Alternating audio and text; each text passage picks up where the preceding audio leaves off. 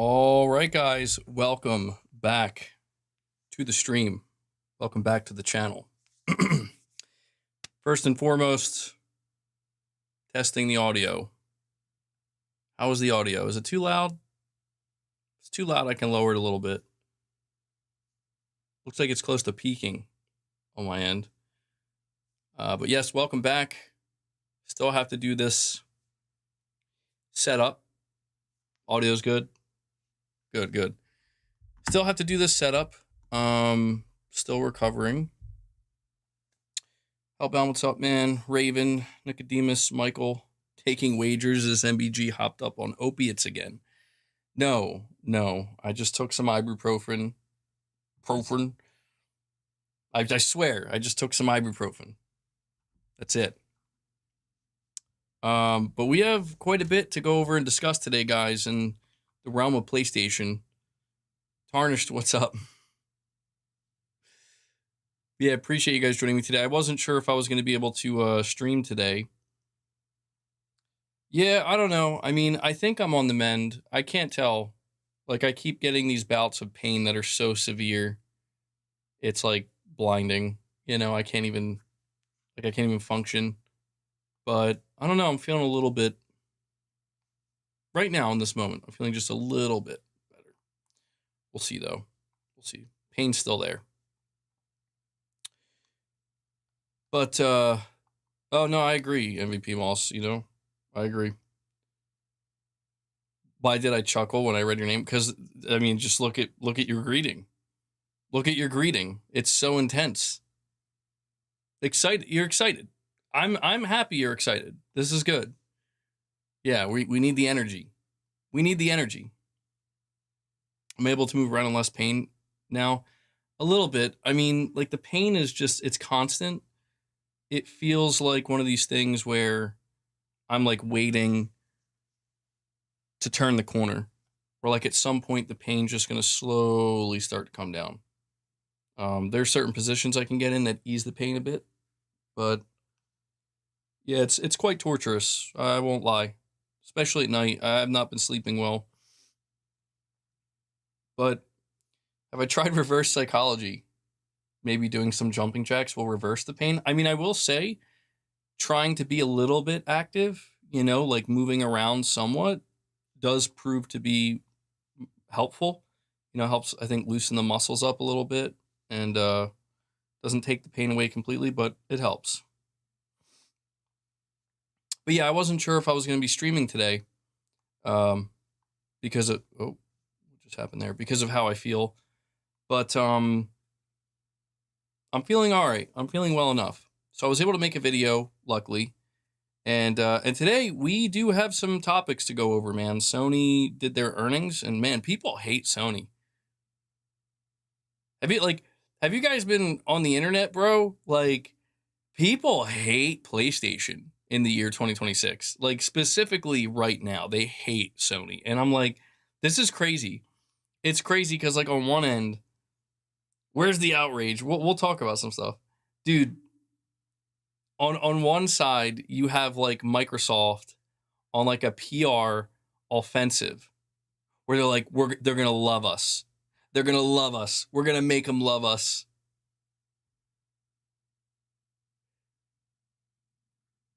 Wait, you're saying, is that an Astrobot in the door frame on the left? Hold on. Oh, that is cracked open a bit. Oh, I don't think so. I don't think there's an Astrobot back there. No, I'm not sure what you're seeing. That's concerning. At the bottom. Oh, dude, that's funny. That's not what that is. No. But it looks like it. That's actually a power strip. I kind of see what you're talking about, though. It almost looks like you could see eyes. Are we seeing the same thing? That's funny. That's funny. Yeah, I was like really confused for a second. Oh, okay. We have Cheese and Chainsaws with the super chat. He says AI will hopefully replace all devs and make games great again. AI will not tolerate DEI and woke culture. People hate everyone on top. Look at Apple.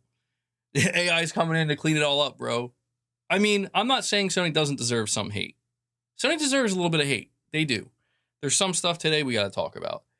But it's just like I put out this post on Twitter where like I was asking people to describe PlayStation in 3 words in the year 2026, and it's insane. I'm not gonna lie. I was like laughing a bit. I'm like, dude, this is nuts. But I mean, Sony did talk about AI and the way they're potentially going to use it, or the way they are currently using it, I should say, and how they're thinking about progressing that. Told you Marathon isn't making enough money. No chance. No, Marathon. What's interesting is Marathon has only lost Sony money. Like, dude, I don't know. This is why. Like, I don't want to be all negative, and we're not going to be all negative. I think we're going to be fair in today's discussion. But I just think it's kind of insane how, like, I'm seeing trailers for, like, here's Horizon Hunter's Gathering, and here's For Loop, and I'm like, guys, like, your live service efforts have cost you so much. This is crazy. It's crazy. They just announced a Gen AI collaboration with Bandai, which is literally what everyone's been dooming about with Xbox. I think they announced that for video production, not gaming. I'll have to double check on that, Hen. But I'm pretty sure that's not for gaming. I'll double check though. Yeah, because we're embracing Gen AI for gaming. Now, but we're going to talk about some stuff today, guys. One of the more interesting things that Sony did talk about today that I think not enough people are kind of acknowledging. I think it's a pretty big deal because it's pretty much the closest thing to an actual answer we've received in regards to the PlayStation 6. Sony talked about how they're considering taking a different approach with the PlayStation 6, a different business model. And they're thinking about different ways to sell it. And I'm like, this is really interesting to me because it potentially it answers one of the questions that I had, which is like, is Sony willing to take drastic measures or do something completely different compared to what they've done with the PS5, the PS4, so on and so forth? And the answer is yes. They are considering those options. They didn't say explicitly what those options are. I'm like, fascinating. And Cheese and Chainsaws, thank you for the super chat, buddy. You're saying, don't fall for the PR talk about AI from Sony. Yes, it may not be used in creative, but it 100% will cost people their jobs. They will let people go. No, I agree. I mean, I think they're saying the right things. They're saying what they need to say. But it's undeniable, not even being doomer about it. And I think you see it this way too, Cheese and Chainsaws, it's an inevitability that as AI continues to progress and continues to be integrated more and more so into not just video games, but across all industries, people are going to get replaced. It's not a matter of if, it's a matter of when. And, companies will say what they need to say, of course. I always try to remind people that, these companies, when they're talking to investors and when they're talking to the, more, even if they're talking more public facing, more forward facing, a lot of times they're trying to save face. The bottom line is all that matters. The reality for not just PlayStation, but the games industry as a whole is if AI can streamline AAA game development time and bring costs down and also allow them to lower the headcount and everything's just fine, buckle up. Buckle up. Because it's not just going to be Sony, it's going to be that's the way the industry is going to go, man. Maybe some indie developers will push back against it and there could be certain studios that take a stance, but that's just kind of where we are. But at the same time, I do have to still look at what Sony's saying, and they're saying that for now, they're just trying to use AI tools, right? They're not trying to replace the creatives. So it's like, okay, well, for now, that's good. But and Cheese and Chainsaws, you're saying we're going to be renting the PS6 or paying it off. I don't know if that. Yeah, I don't know if that's what they meant when they said that. Like they're going to have a payment plan or something. That could be what they mean. That could be. But guys, listen. Before we go over any of these topics, thank you all for joining me today and for being here. Do me a favor. Make sure you take a moment, hit that like button. If you guys do enjoy the content, if you enjoy the streams now, hitting that like button lets me know that. Consider supporting. Cheese and Chainsaws has been dropping some supers. You guys can drop super chats, membership gifts. You can become a member, direct donations, all that good stuff. It helps tremendously. I missed some time this week, unfortunately. So we'll see if we can make up for that here today or maybe on Sunday, or I don't know, maybe I'll do something tomorrow as well. We'll see. I don't know. I don't know. Like I just keep getting these random like flare-ups of pain that come and go. Right now I'm okay. So hopefully that doesn't come back as I'm streaming. But I do also want to let you guys know my intention here with this setup is for it to be temporary. Okay? I just made a purchase. I was hesitant to make the purchase, but it felt like the right thing to do. I decided to purchase a new desk, and it is a standing desk. Well, it is one of those automatic standing desks. Like it can raise up, it can lower down. You like the new setup? You want me to keep the new setup? Well, here's the thing. I don't think this setup is actually going to be good for my posture in the long term. It's good for now because it's the only thing that alleviates the pain for my back and my neck. But I think a big reason I'm even having this problem in the first place, based off of all the research I've been doing, is just too much sitting down, too much sitting, too much looking down, too much bad posture for long periods of time, not just days, not just weeks, not just months, but years. I feel like it's catching up, it's starting to catch up to me here. So I made this purchase, and I'm curious to see how it goes. The thing is, I don't know how soon I'll be able to utilize that new setup and go back to my more traditional desk setup. It really depends on when I feel like I'm going to be able to comfortably sit on a desk chair again or stand up. You need a walking pad for under the desk. There we go. Yeah. Secret Labs Magnus Pro XL. I forget the name of the brand. It wasn't super expensive. It wasn't anything fancy. I mean, it does have like, the automatic adjustments and stuff, but I just wanted to let you know this because I know some of you do like this new setup, so enjoy it while you can. But I'll be honest, like this is not my ideal way to stream. This feels so strange to me. I'm used to having the mic much closer to me. I'm looking at my TV screen right now. Everything just feels strange. So, I'll do the best I can. Standing desks are a great investment. You love yours. I mean, that's the thing too, is like, I'm kind of excited at the notion of when I'm healed up. I'm excited at being able to stream and stand. Like, I know that sounds silly, but to be able to actually like, it just changes the energy.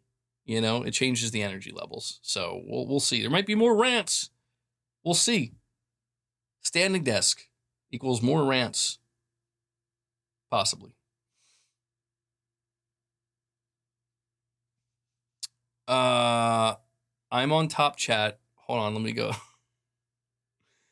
Michael, how'd you know? All right. So guys, we do have topics to go over and discuss today. First and foremost, we need to talk about why is it?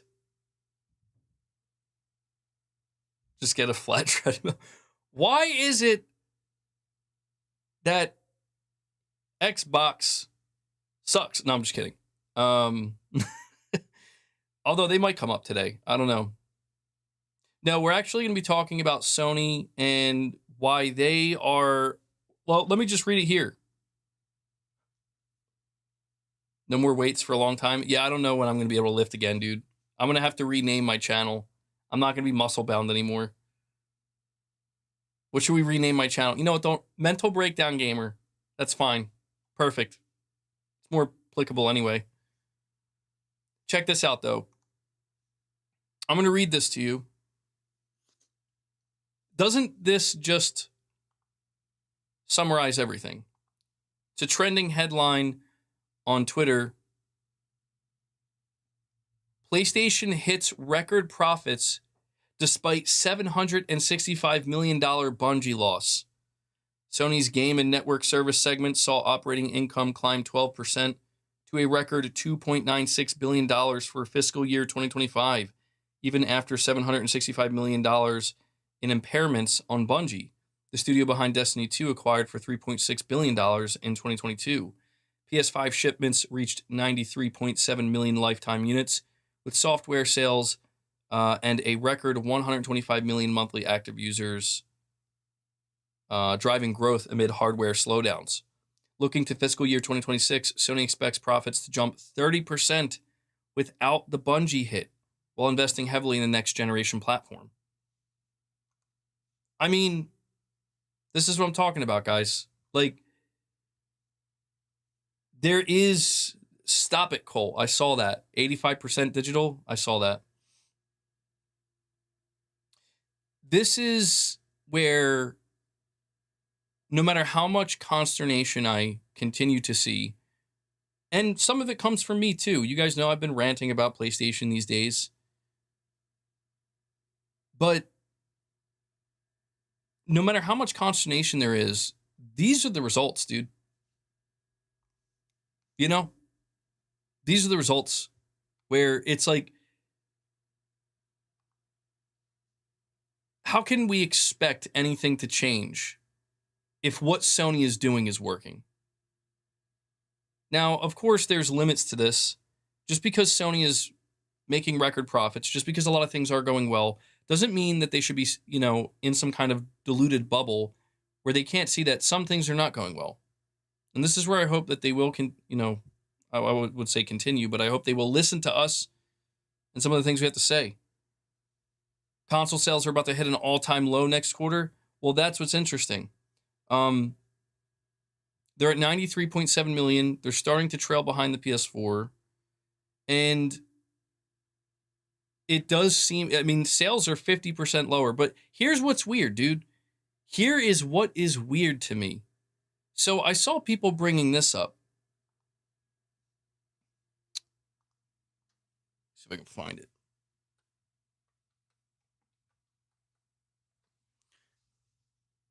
People were bringing up The Verge. The future of game consoles is looking bleak. Who wrote that? All right. No, that's the wrong one. Here we go. Okay. So Tom Warren of The Verge,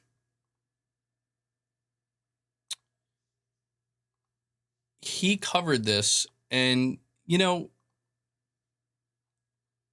I'm just pointing this out because for some reason there's this constant acknowledgement of well, you got to make sure if you're going to say something bad about this, you got to cover the good too, right? And I agree with that mostly. But look, dude, Daniel, you're saying devs specialize in facial. The developers who specialize in facial animations and hair animations are at risk. That's very true, Daniel. That's very true. What are we gonna do? But the title of the article reads, Sony's PS5 sales plummet amid price rises and a memory crisis. What's insane about that title, dude, is it's just literally not true.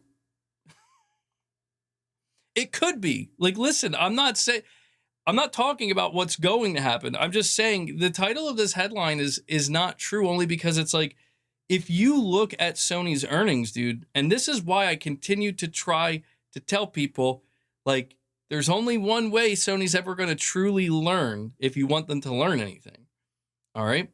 And that is they have to really feel it. They're not feeling it right now. They're making record profits. The PS5 sold 16 million units for fiscal year 2025. So fiscal year 2025 runs from April 1st, 2024 to April 1st, 2025. Okay, that's the fiscal year. Or sorry, no, my bad. April 1st, 2025 to April 1st, 2026. Correction. That's the fiscal year. Here's what's important. That 16 million of the PS5s they sold 1 million more units than they anticipated. Think about that. Think about that for a second. You're seeing articles written up by Tom Warren stating that PS5s the sales are plummeting. Sony actually beat their own predicted total for the year by 1 million. I don't know what to say anymore. Where it's at what point does it become clear that it's just say you want to see the PS5 stop selling. You want to see it fail. You want to see Sony hit that wall. And that's fine. That's totally okay. I just wish more people would be honest about it and admit it. That to me, I think is what's causing a lot of this nonsense where it's dude, you either are for or against what Sony's doing. Period. And that's reflected through, well, I mean, honestly, that's reflected through your purchases. But if we're talking about internet discourse, that's reflected through, I guess, your opinion on something like this, right? Cheese and Chainsaws, you're saying now they know they can do anything and still make money. Well, that's the irony. That is the irony here, Cheese and Chainsaws, is that there is a double-edged sword to this. You know, this is where I am finding it so difficult to exist in this space where it's you want to be a PlayStation fan that's fair and critical when it's necessary, but also a fan nonetheless, somebody who's still enjoying the platform. This is what I find difficult to do these days because it feels like that can't exist on the internet. On the internet, it feels like, no, man, you're either 100% for it or 100% against it. And, well, Cheese, I'm going to read what you're saying, but somebody was going to say, you don't have to retype it. I know what you're saying. Is there a decrease? Yes. Yes. You're right. 50% drop year over year. 50% drop year over year. However, there's a couple things with this. Number one, that's normal by this point in time. Number two, it still doesn't, that does not justify the headline because it doesn't make the headline any less misleading. And look, the reality is, I don't care. They can write up whatever headlines they want. I'm just using this as an example to point out to you guys, this is where we are. Where it's PlayStation is objectively doing well. They're objectively successful. And that doesn't matter when it comes to what people want to say about them. And that's fine if we're talking about random people's opinions. Not so fine when we're talking about, actual outlets that are supposed to be covering this, in a relatively unbiased fashion. But Cheese, you're saying, same with Nintendo. They wanted to hit 19 million Switch 2 sales within 12 months. They hit 19.8 million. Probably why they waited before announcing a price rise. Yeah, they just announced a price increase too. Well, here's the thing, right? Here's what I'm trying to highlight ultimately here with this. This is the main point. The point that I want to get across to people is that it's not that it's a problem to have the opinion that, man, PlayStation sucks, or I don't like PlayStation, or PlayStation's lame, or whatever. That's fine. There's nothing wrong with that. You're allowed to feel that way every day, all day. And I, you know, who am I to say? To me, the problem comes in with people who want to engage in discussion. They want to engage in looking at the industry and evaluating these different companies and evaluating where things are going, where they are now, where they're likely to go, you know, and always making predictions while simultaneously trying to just state the facts as they are, right? The problem with this is that it's examples like this particular headline article that reveal that there's just an unwillingness to acknowledge and accept that Sony has done things right. That's my only problem with this here, is that it's not about giving them all the credit. It's not about like, high five guys, they're selling 93 million consoles, hell yeah. It's not about that. It's about like, how do you think they are in this position? Do you think they are in this position because they just stumbled into it?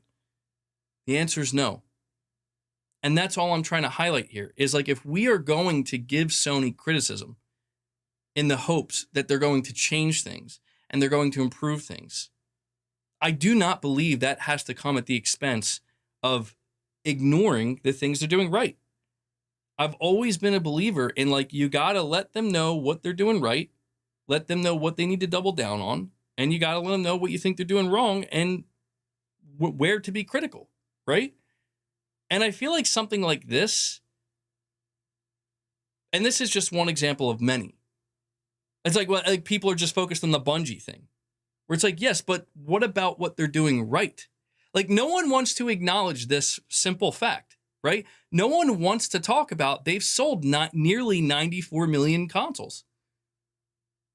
No one wants to talk about that. And that to me is kind of strange, because it's like, why not? Like, that's a big deal. Like, that is the biggest deal. Like, that's everything. That is the sole reason for their success.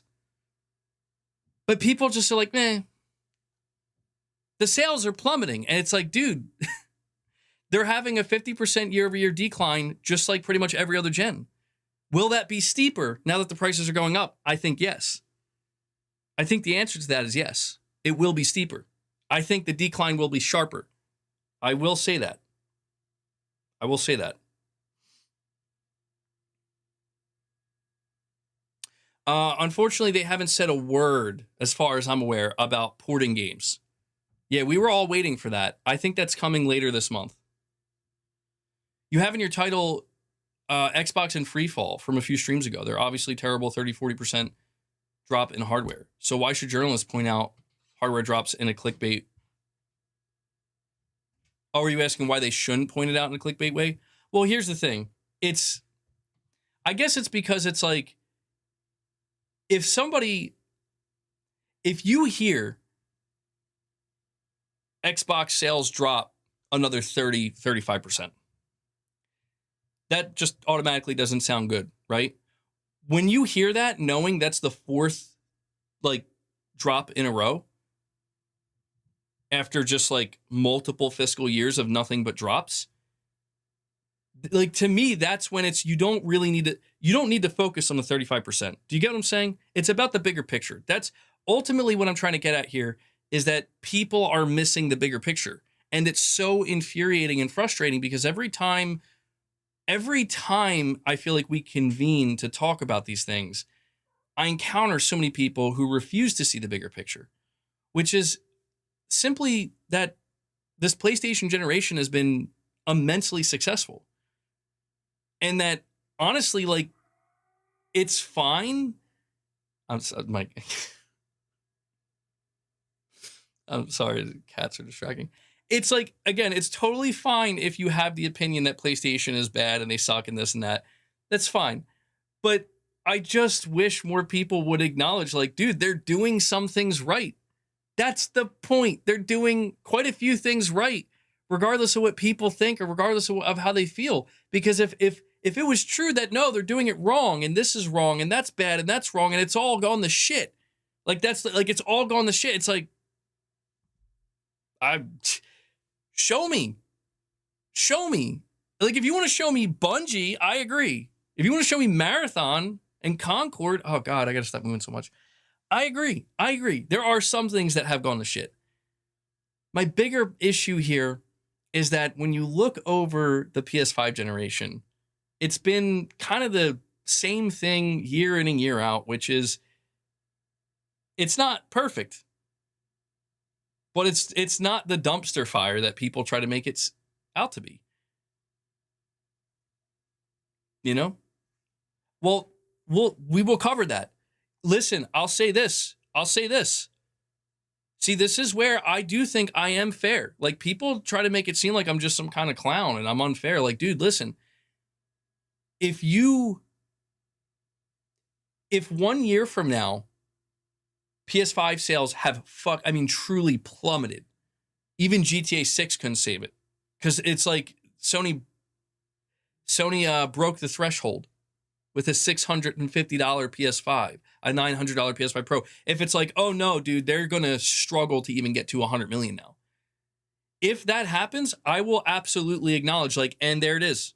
Like, now you write the headline.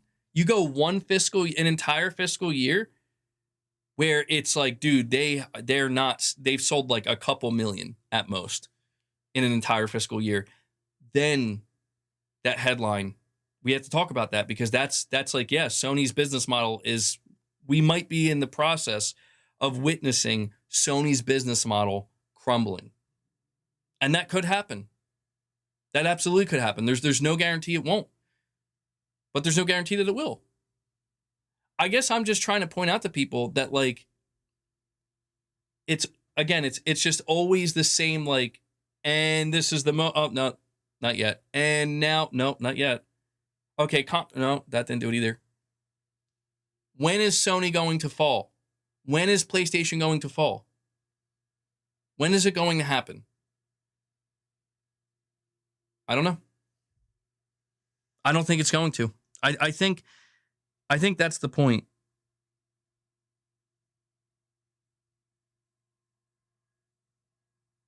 The point is, PlayStation is going to have to do a lot more wrong in order for something cataclysmic to truly happen.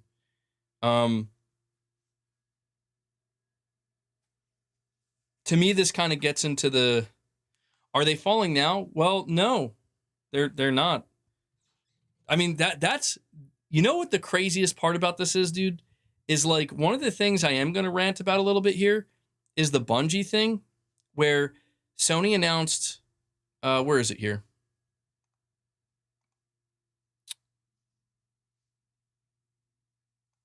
Hold on one sec. Yeah, so Sony announced that Bungie lost them another $765 million. And it counts as an impairment loss. Sony's profits would have been up 45%, but I think they were only up like 15%. And that was due literally because of Bungie and how much money they lost on Marathon and keeping that studio around. This is where I try to explain to people, like, I don't think people understand how insane it is that's a thing that Sony literally just had happen now, where Marathon lost them probably, like, just the game itself, well over like $150 million to $200 million. But to whereas Bungie as a whole, being a massive development studio that has over 800 developers and is probably by far and away their most expensive studio to keep running. And yet Sony's still reporting record-breaking numbers and record-breaking profits. I'm not here to tell you that's good. That's not what I'm here to do. What I'm here to tell you is you have to look at the bigger picture and acknowledge how that comes to be, how that's possible. How is it possible that Sony can afford, not just afford, but they can make these insane mistakes that cost them so much, and yet when it comes to the bottom line at the end of the day, like, we're good. That's why I try to tell people, don't assume that Sony is so far gone that nothing they're doing is working anymore. Because, Again, if that was the case, this would be so much worse, dude. But this is where I do hope Sony is acknowledging, like, you see that? Your profits are so, like, they could have been so much better, which obviously would have made them happy, the investors happier. They could have been so much better. All you had to do was nothing with Bungie. That's it. That's all you had to do. No Bungie, no Marathon, no live service, nothing. That's all you had to do. And your profits would have been significantly better. At least this quarter. Or this fiscal year, I mean. To me, there's a valuable lesson there for Sony to learn. Which is like what did we learn here? Well, see, that's the thing. That's the thing. I'm not a Sony investor, so why would I? You know why I care? Because that's the thing. When I look at, wait a second, $765 million lost by Bungie, on top of the already $200 million, on top of the $3.6 billion you paid, I look at that and I'm like, that's investment money that could have went into, I mean, dude, $765 million, that's like 2 AAA games. More than that, probably. That's like 2.5 AAA games, dude. Single player. That's a new studio being founded or built. That's a new Japanese studio being built. This is just where it's like, I'm glad that Sony's not like eroding to a point where they're in sheer panic and they're in a free fall mode, because then they'd probably make even dumber decisions. But it's like, surely they see this and it's like, so now you know what not to do, right? Like, you could improve not only your reputation, not only your profits, but actually you can make your fans happier if you just take that large chunk of money that you're flushing down the toilet there and just make more single player games. Or hell, even invest in, I don't know, like, I mean, I know it's like frowned upon, but hell, even like third-party timed exclusives, bro, that makes more sense to me than this. This is just flushing it. And then when you see like layoffs and shit, it's like, oh, how'd that happen? You know, it's like, what do you mean how'd that happen? It's not investment money, MVG, it's value money. But they make all of that doing all the live service BS. Well, I mean, it's tough. I get it. I understand. Sony's just going to be like, but look at Helldivers. Look at MLB. And I'm like, yeah, dude, I get it. You got to spend money to make money. I get that. But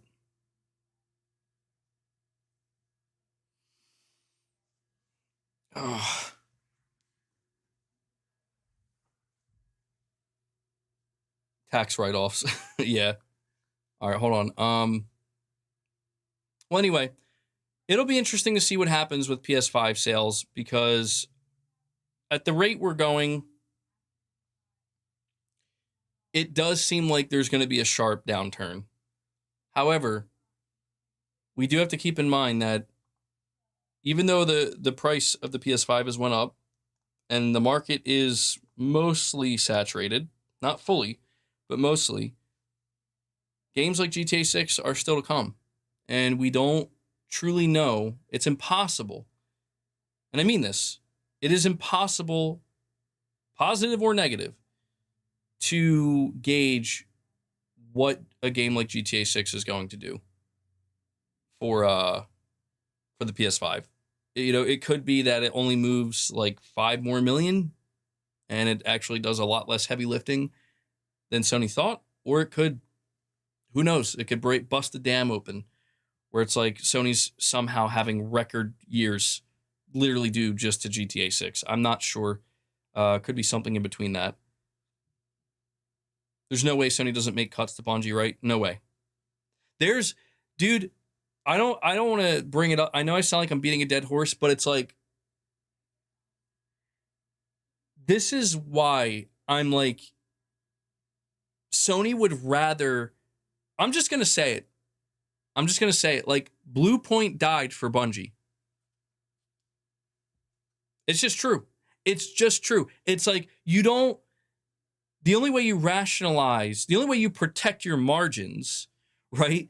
When you have a studio like Bungie that's just literally bleeding your money day in and day out with a failed game. And I don't even think Marathon's bad, but it's a failed game. It's like, so who's got to go? Somebody's got to go to the chopping block. We gotta find a way to save money somewhere. Bluepoint didn't have a fraction of Bungie's value. And but it just goes to show, Gavin, doesn't it? That like this is where there's gotta be some kind of common sense somewhere where it's like, of course Bluepoint doesn't have the same value, but what is the value? If the value is, well, look at what Bungie's done before. That's great, but what are they doing now? What they're doing now is failing egregiously. And they've been failing egregiously ever since Sony bought them. With no upside. That's the crazy thing. With no upside yet. If there is an upside, we have yet to see it. Maybe it could be Destiny 3. And I get that. I understand that, like, that's why you keep Bungie around. The future of Destiny, sure. But it just makes me so depressed where it's like the value I see in a studio like Bluepoint is what we've discussed before, where it's like, to me, that studio being given classic PlayStation IPs to remake with care, to, launch at the beginning of a gen, in the middle of a gen, to me, that is immensely more valuable than whatever the hell Bungie's doing with Marathon. To me, everything Bungie's been doing with Marathon is an embarrassment, man. And again, I say this as somebody who I played the game and I'm like, this game isn't bad, but this is an embarrassment. Like, not the game itself, actually. Interestingly enough, it's like, dude, what happened to you guys? How is it possible for you to fail this way? I almost don't blame Sony, where it's like, yeah, Sony, I don't know. I wouldn't have predicted this either. If you had told me, like, this is the result of Bungie's next big game, Marathon, I would have said that's crazy. They'll be better than that. They'll do better than that. And I've seen the charts every day, and I'm like, and they're over here being like, yeah, we're supporting the game for years to come. And I'm like, what the fuck? Like, what are you talking about? Like, I know you're not supposed to come out and say you're going to shut it down, but it's like, what are you talking about? This game, like, people are looking at Marathon and they're like, we're lucky if we have another year, if that.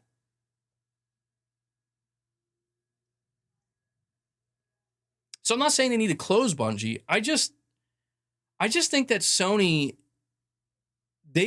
look, the things that they've done right, and this is like, I guess the main point I really am trying to make here. The problem that I've identified is that Sony seems to take advantage of the things that they've done right. They take advantage of it, and they are too complacent with it to an extent where it's like, you can't, in my opinion, continue to aggressively invest in a studio like Bungie and give them chance after chance after chance after already dumping $3.6 billion into them just so they can continue to lose more. You can't keep investing into live service the way you are right now, with no slowdown, seemingly. You can't do that and then just basically be like, oh, it's okay, we got the Faye game.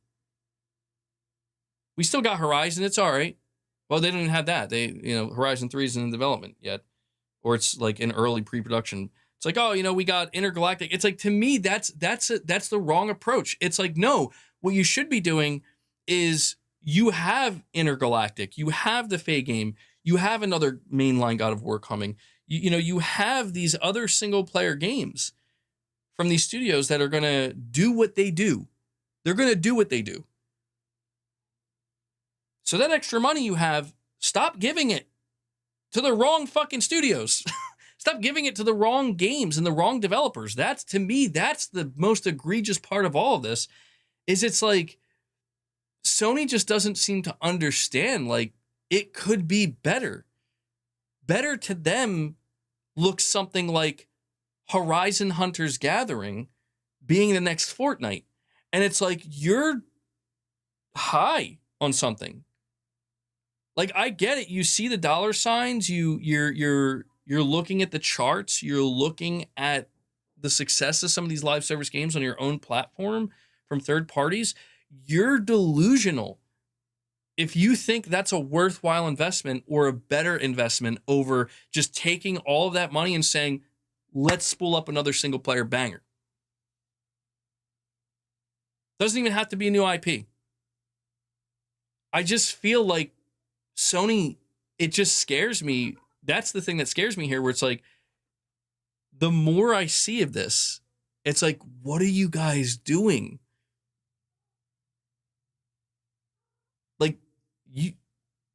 What are you waiting for? What type of failure are you waiting for? And I feel like that's the thing. They're tempting it.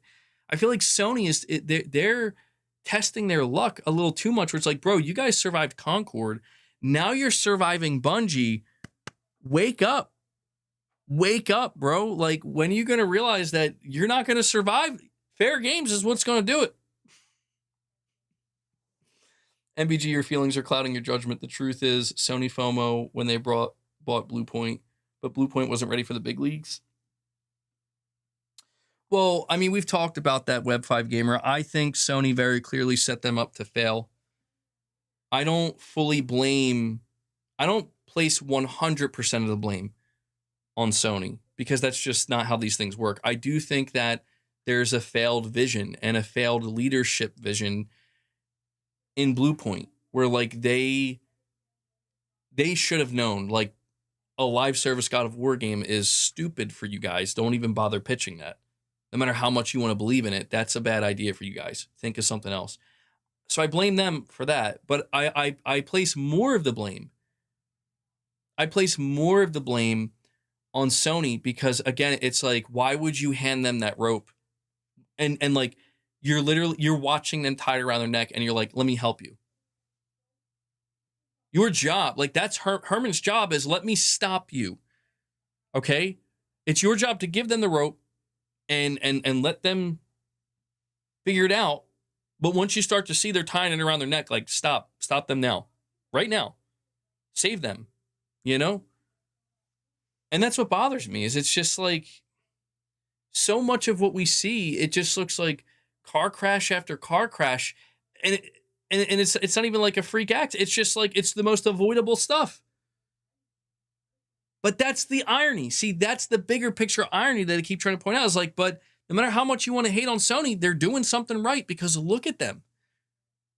But that's where I feel like I'm trying to play the role here of like speaking upwards. Like, I hope, if not my voice, other people's voices get through and make them realize that, you know, PlayStation Pete, a member for 51 months, you're saying Star Fox 64 remake. No sales on website. Ex-wife has a serious fungus infection and a broken leg. Oh, geez. I'm really sorry to hear that.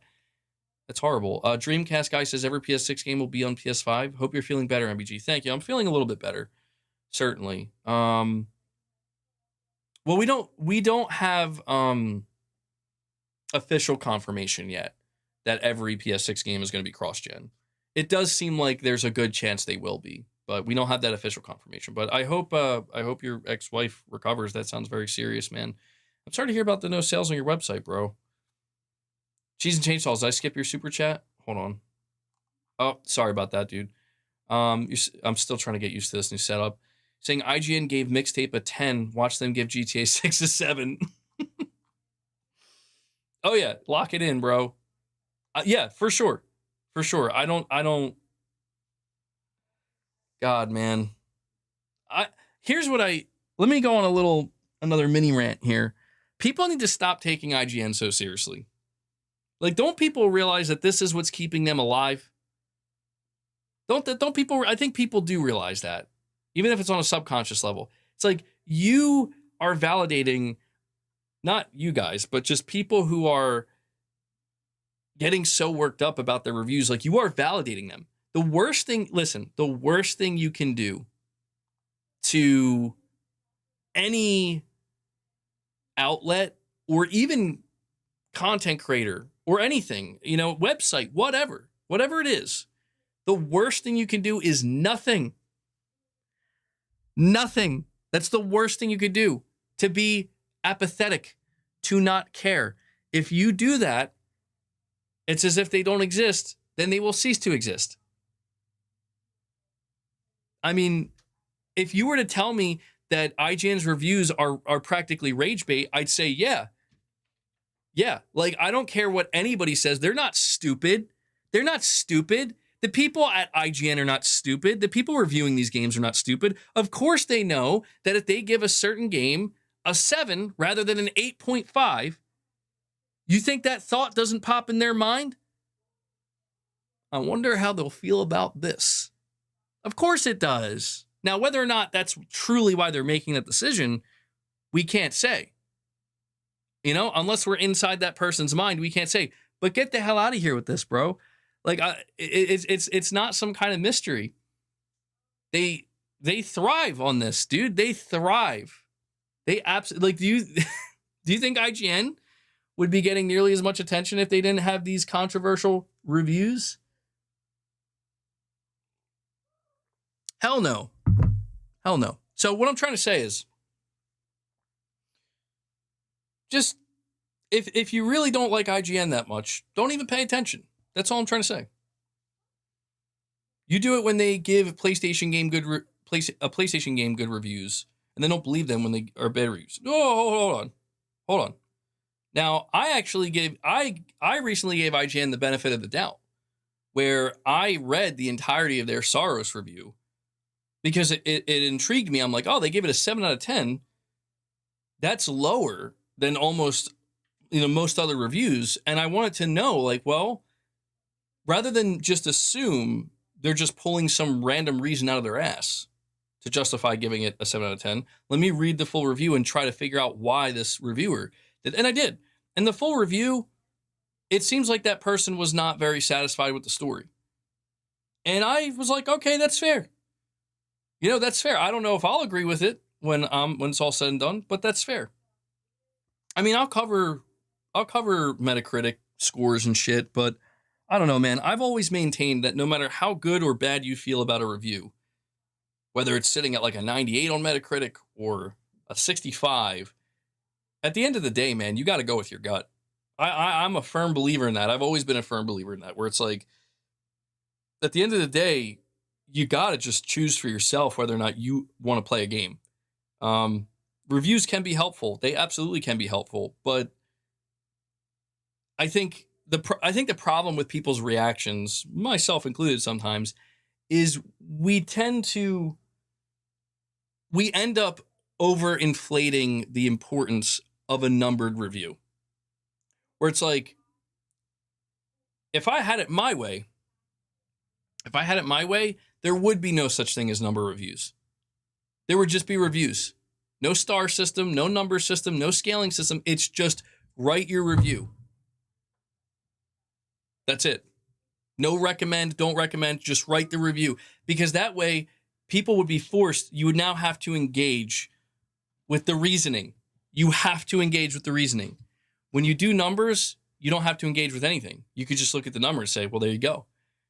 And so at the end of the day, even though I play into it sometimes, I'm actually, believe it or not, I'm totally against the numbered, doing numbered or scaled reviews. Like, reviews to me should just be, the way it should be is a very diverse group of people reviewing. By diverse, I just mean like all different types of people, a lot of people, right?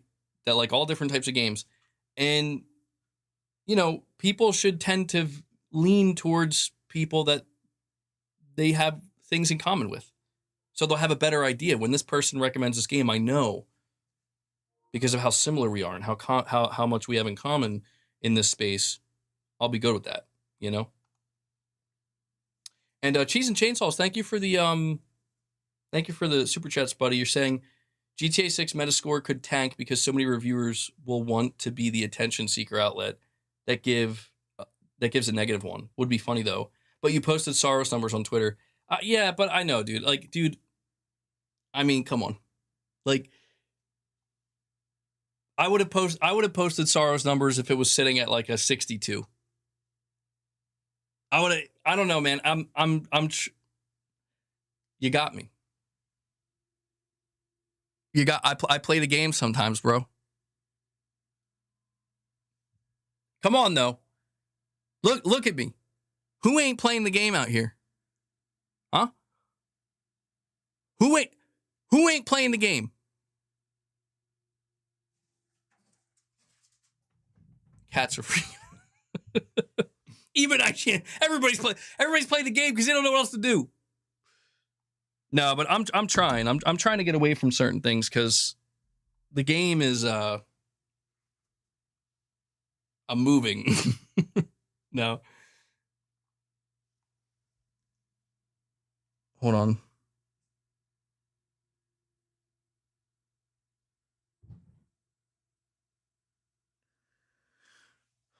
Oh, I am moving. Yeah, and I'm feeling the pain.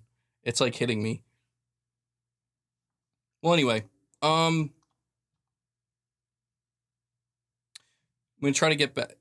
I want to respond to what you said though, Cheese and Chainsaws. You're saying that GTA 6's Metacritic score could tank because there are going to be a lot of reviewers eager to be the outlet that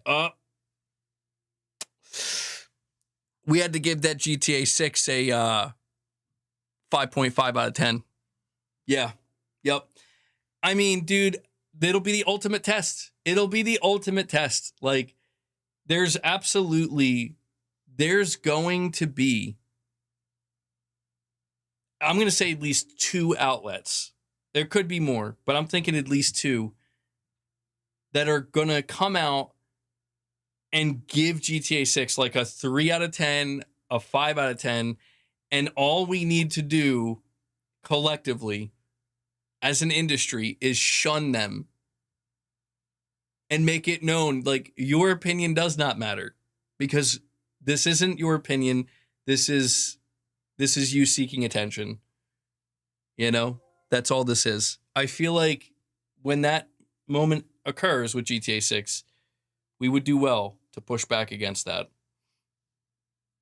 Well, actually, not push back against it. Just do nothing. Just do nothing. But, I mean, I don't think GTA 6 is going to be overrated. To be honest, I don't think it will be overrated. I think there will be people where it's not going to hit for them the same way it hits for others. I think that's true. Like, I don't think GTA 6 is going to be a 10 out of 10 game for everybody. And that's totally fine. But there's zero chance. Again, if we're entertaining numbers, if we are looking at numbers, GTA 6 is not a 6 out of 10. Nor is it a 7 out of 10. Just purely based on gameplay design and just sheer skill. Not possible. It's just not possible to go lower than probably an 8. Unless the game ships broken, which I don't think it will. I think that's obvious. It's not going to ship in some kind of broken, messed up, disheveled state.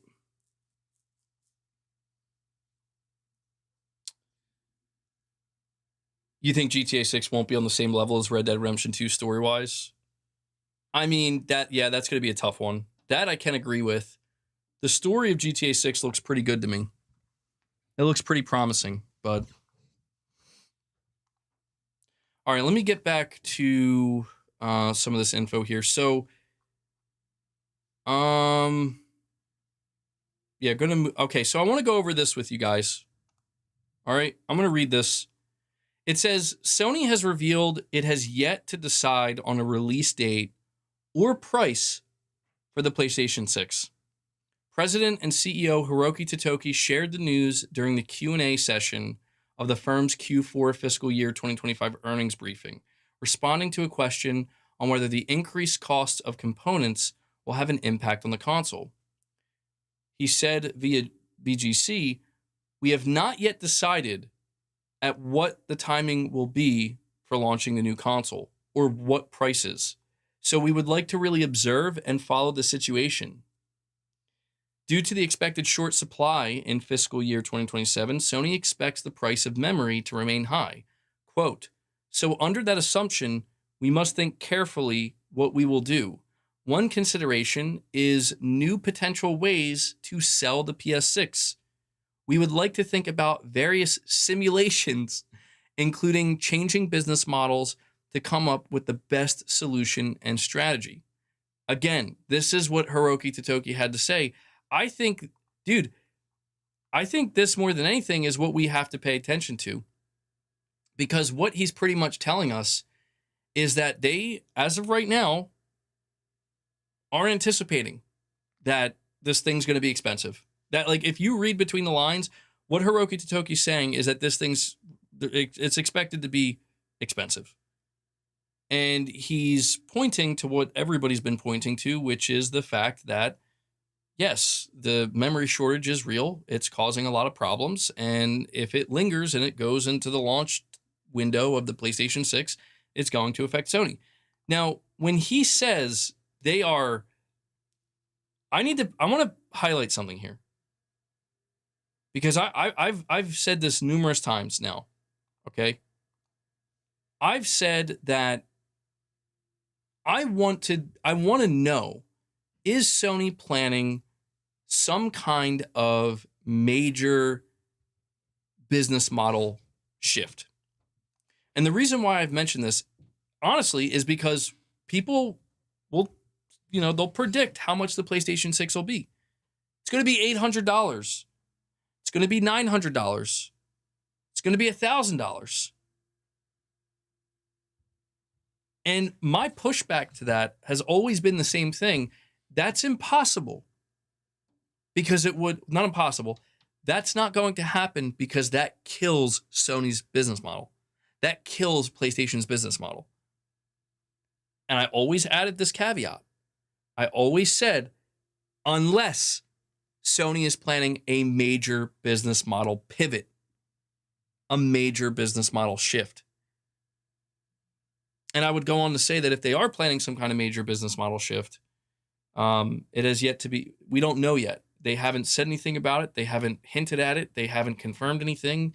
There's been no announcements. This is the first time where we're hearing directly from Sony that they are in the process right now of considering a major business model shift. I don't think people understand the significance of what he's saying here. Because keep in mind, the business model that Sony implements now is the one they've implemented for 5 generations successfully. This is why I would argue against them being willing to shift their business model, because if Sony chooses to go in a different direction with their business model with the console, they're taking a massive risk. They're basically saying that whatever new thing they're going to try, they believe that has a higher chance of success than sticking to what's worked for 5 gens in a row. This is interesting. This is very interesting, because it goes to show that for the first time in PlayStation's history in the console space, they're seriously considering doing something drastically different. Now, the question is, what could that be? What could this business model shift look like? Top Shelf Gaming, a member for 2 months, you're saying, what's up, bro? I'm going to send you something on Discord. I want you to go to page 34 and let me know what you think. Seems like they're expanding the PC somehow. Page 34? All right, Top Shelf Gaming. Let me know when you send it. Oh, hold on. Oh, okay. We got the whole thing here, bro. Page 34. Let me check.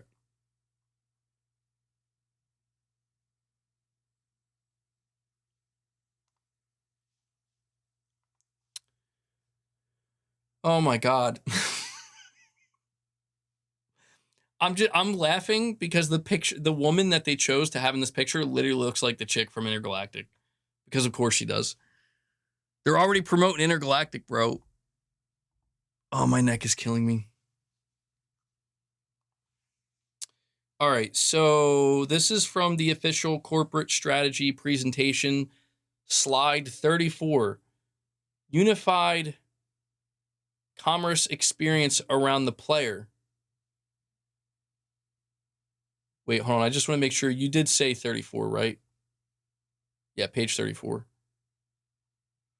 I look like someone who is defeated. I mean, I feel defeated. I feel like I broke my neck, dude. Although I'm not sure. I'm not sure if that's what you meant or not.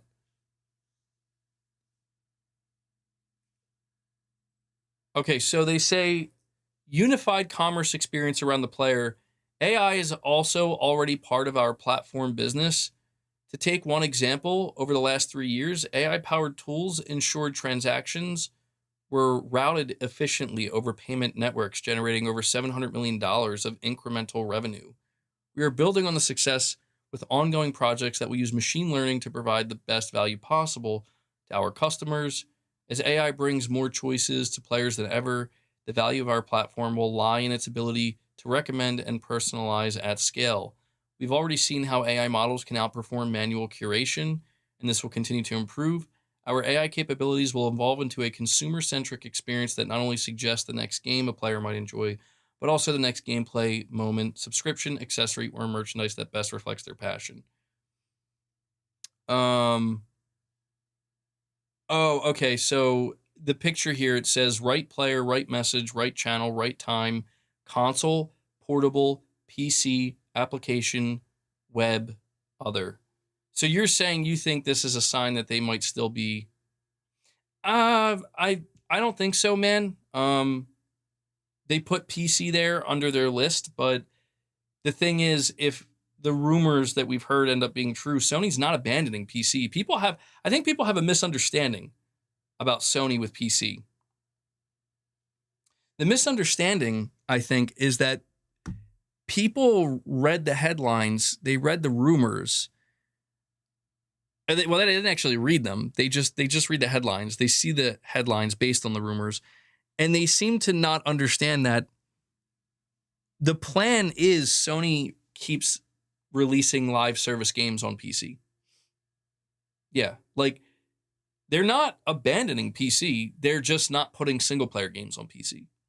There's a difference there. Abandoning PC means we're done. We're packing up. We're done. Choosing not to ship single player games on PC is a very intentional and strategic decision. Because that's the thing. If you look at Sony's success rate on PC, what was it? Helldivers 2 sold like 14 million copies on PC, bro. 14 million.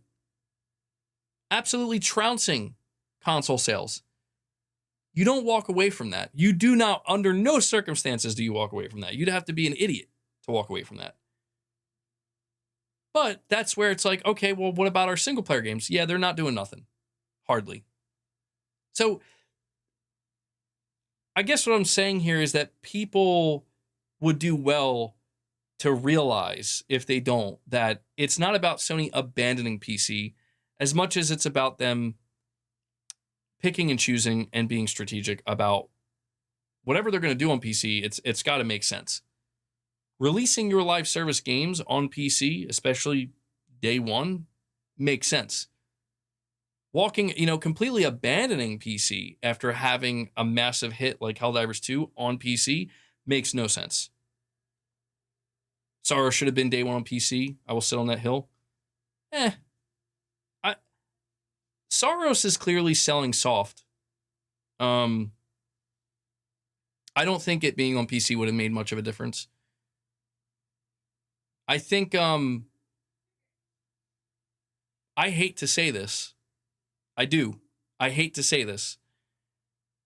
But I think that Returnal maybe did so well because it was a launch window PlayStation title. Because as of right now, dude, there's not much data to go off of. But I want to point this out real quick. Hold on.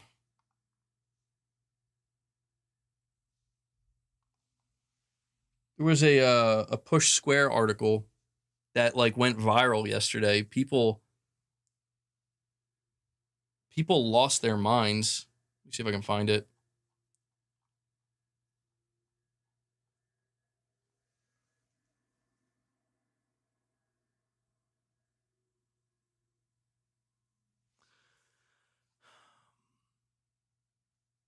Here we go. Yeah, this went viral. All right, so Push Square says sales numbers for video games aren't often made public unless they hit major milestones or are particularly impressive. Otherwise, we're relying on charts and estimates to try to glean how well a game is selling. That's where we are with Saros, Sony's latest first-party PS5 game, officially launched a few days ago on April 30th. Based on the information available so far, it would appear as though the game had a somewhat slow start. So they say the PlayStation blog has published the PlayStation Store charts for the month of April, where Saros is positioned at 11th in North America and 17th in Europe. Now, obviously, the game only had a few days on sale in April if you include the digital deluxe edition's 48-hour early access, but it's not a very strong debut. Game sales for high-profile releases like this typically spike right at the start and tail off quite dramatically. So it's difficult to say whether it will fare better in May's charts. In the UK's physical games chart, Saros debuted in third place behind Nintendo's Tamagotchi Life Living the Dream and Cyberpunk 2077 Ultimate Edition. To be fair, on Amazon, Saros is currently the #1 new release for PS5 games, so it's not all doom and gloom. I've seen a lot of people getting very, very defensive over this. And I'm going to tell you right now, like, this is not, it is totally fair to see this. The game, people are not being I think they're being kind of disingenuous, by the way. Like, it's only been out for 1 day. No, it's been out for 2 days, technically. You know, I don't want to say the majority of day one buyers are buying the 48-hour early access bundle. Some are not. So the game had basically 2 days, and it's not looking good, dude. I'm just saying, like, I'm not dooming and glooming it. I'm just saying that's not a good start. You have 2 days. You know, your most loyal buyers are going to be there for the early access days. And, you know, we're looking at the PlayStation blog. So I don't necessarily think it means it's like a major flop or anything.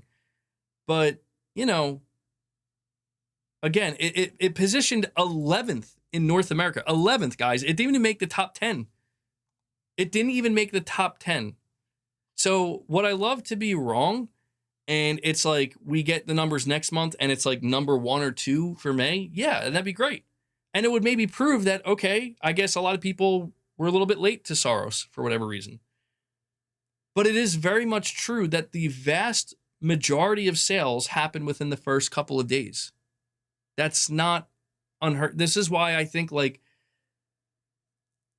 this is where I do think some people are in a little bit of denial, where it's like, guys, we might just have to accept that Returnal, you know, it sold like 1 million units, I think, in lifetime. But I think it being an early PS5 title really did some heavy lifting for it. To where now, you know, it just, people I think are a little bit less, they're a little bit less keen on it, you know? Roguelike just isn't for you. Yeah. Do we think Kenna 2 will do the same thing? I'm not sure. I forgot about that. Yeah. Corey, what's up, man? There's been an anemic amount of first-party titles for this gen.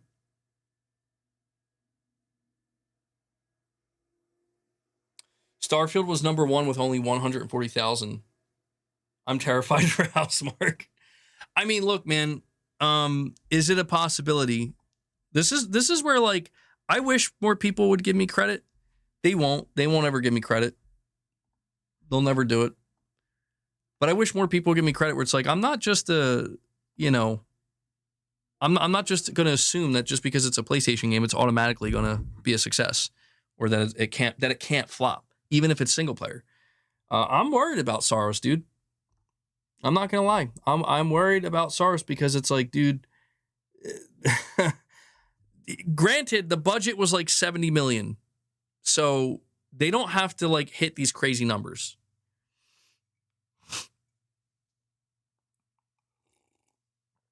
Cheese and Chainsaws, you're saying Soros would easily do 1 million on PC, gameplay focused. I just don't believe it. I mean, it'd be a fun experiment, wouldn't it? I'll tell you what. I'll tell you this right now. If this game is failing sales-wise on PS5, then port it to PC. See what happens. Why not? If it's really that bad. When we get in Wolverine, they keep saying spring.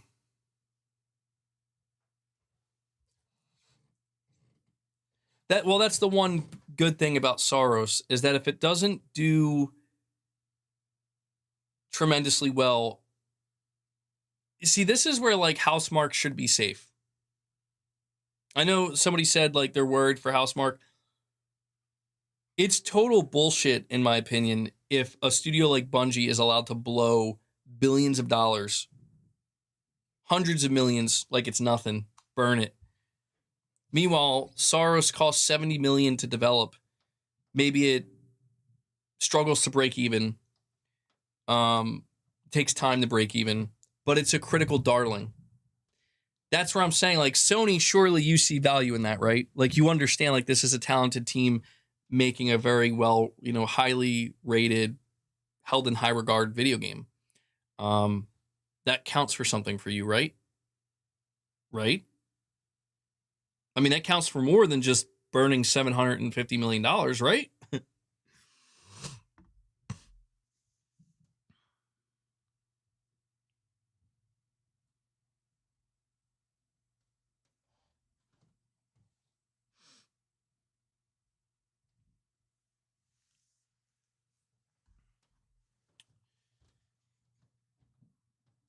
Returnal is still full price on PC. Why would someone buy a game full price years after its release? PlayStation should focus more on games that their players want, especially now that they're done with PC, to rely on some extra sales. Well, listen, I'm not saying that Soros is a failure, because I don't know. I mean, I'm going to look at the list here. Here are the games that are ahead of Soros on the PlayStation blog in the US for the month of April. MLB The Show, Pragmata, Crimson Desert, NBA 2K, Starfield, Content Warning, GTA 5, Mouse PI for Hire, Minecraft, Call of Duty Black Ops 7, and then there's Soros. So, again, that's with 2 days on the market. Let me see what some of the comments are saying here. How is GTA 5 still selling?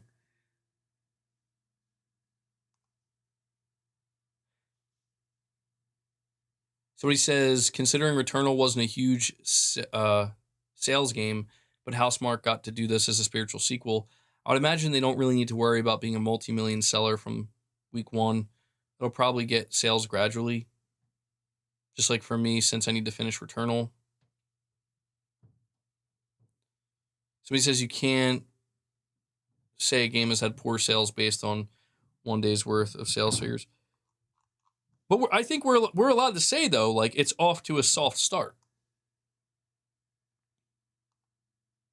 I think that's fair to say. Could it gain a lot of momentum in May? Sure. There's nothing saying it can't, but very interesting. You're waiting for a sale with Soros. Physical and digital versions were really expensive here.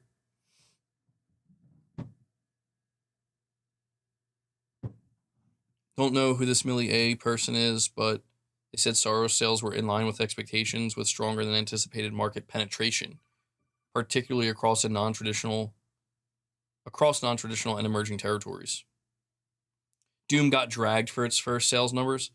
Well, that's the thing too, right? Like Doom also struggled to sell the last Doom, I think, right? Where it's like, it sounded a lot softer than the other ones.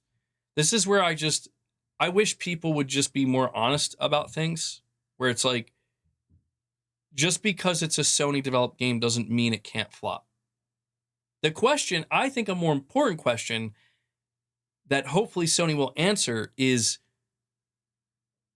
what do you want from this? I would be shocked if Sony was like, we wanted way more sales.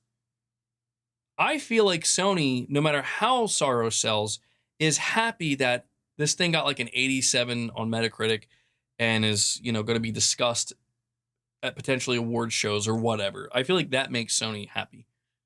It's like, okay, it's a shame it didn't.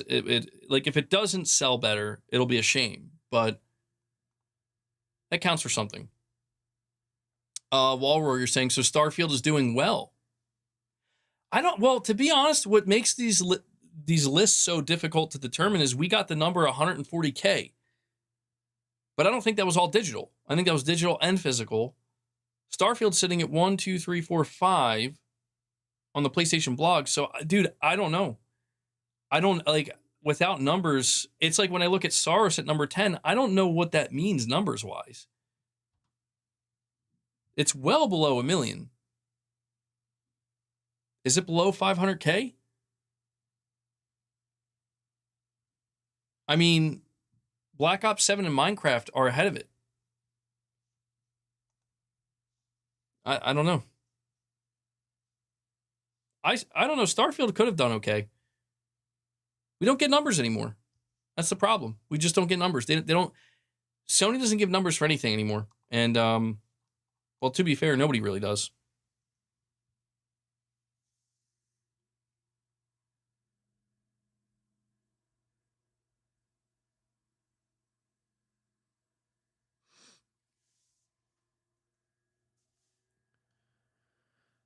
Oh, God.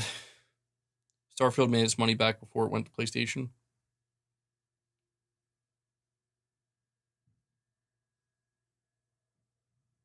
Bigger game, bigger budget, bigger install base, but Sony is okay. It's taking a loss.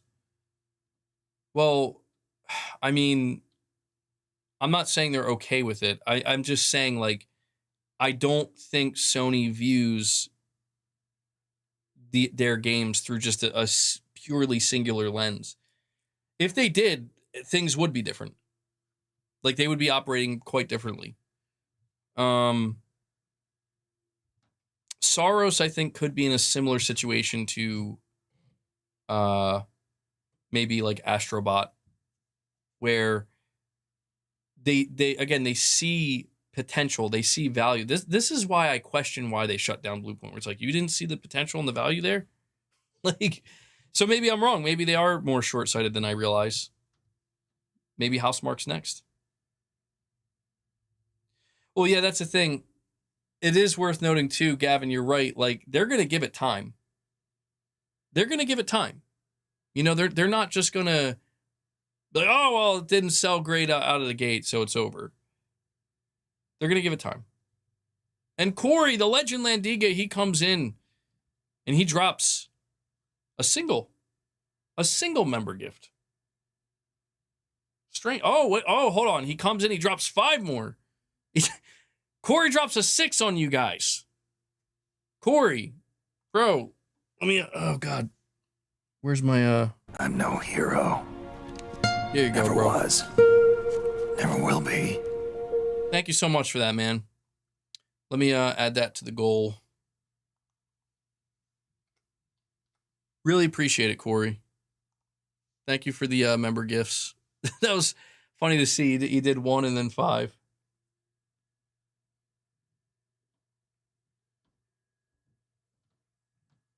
Well, when it comes to members content, guys, I do plan on, I mean, the timeline's kind of screwed right now, but I was planning on bringing back members content. Why? Why? What? Okay. No, thank you, Corey. I appreciate that. You made a bad click for the 1. Well, I still appreciate it, man. There we go. A little bonus member gift there. We will know more in the upcoming weeks where Sorrow stands. I thought Corey dried up. I'm like, Corey, no, I need my 5 bombs, man. A single. What am I gonna do with a single? No, I appreciate whatever support you guys can show. I do appreciate it. It's been a weird week. I mean, I know it sounds funny, but I also think that me streaming in this setup, I think it produces a different vibe. I don't know. To me, it's just a little bit off-putting. I don't like streaming like this, but I don't really have a choice. It was either this or nothing. But I appreciate all the support you guys show.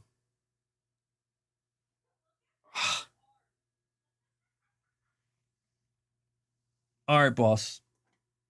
I won't make you wait till 25. Let's see. Hold on.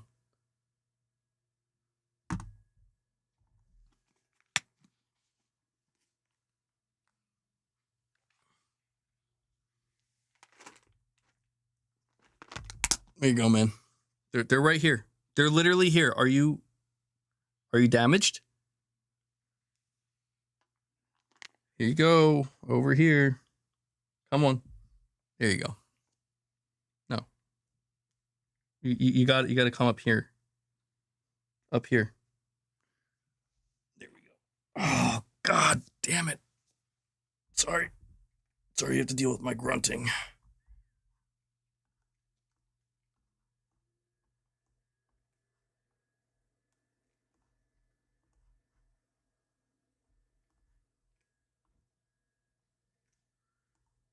Boss Corey missed you. Yeah, so I didn't tell you guys this, but we have another cat. What games am I playing? I'm playing Saros right now. I've been struggling though. I can't really play anything at the moment. Like I can for a little bit, but if I start to, like, the pain just becomes too distracting.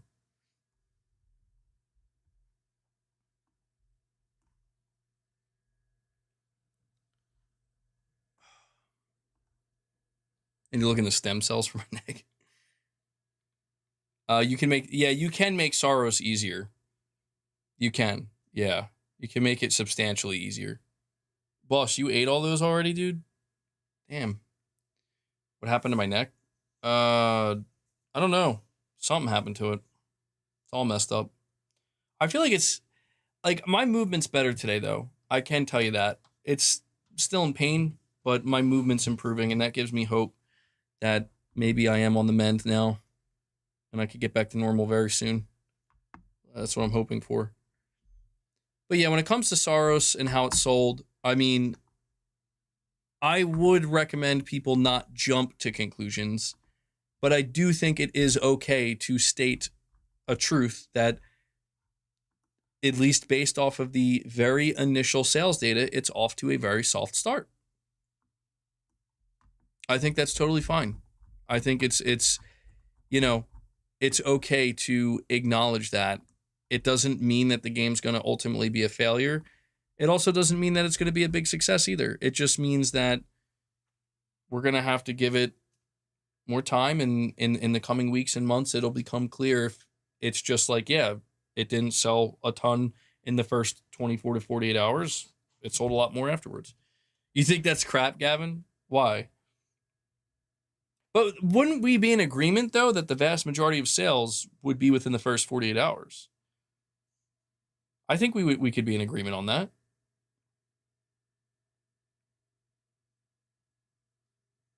Well, no, I don't think we're judging it. I think we're just stating a fact.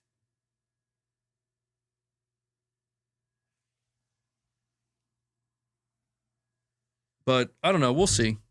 I hope it does. I mean, look, man, Saros is a well-made game. I think it deserves to do well. I mean, I went on a rant about it on my last stream, but I'm not going to rant about it again. But I think that unfortunately there is some damage being done to the game. Whether or not you think that damage is warranted, I mean, that's for you to decide.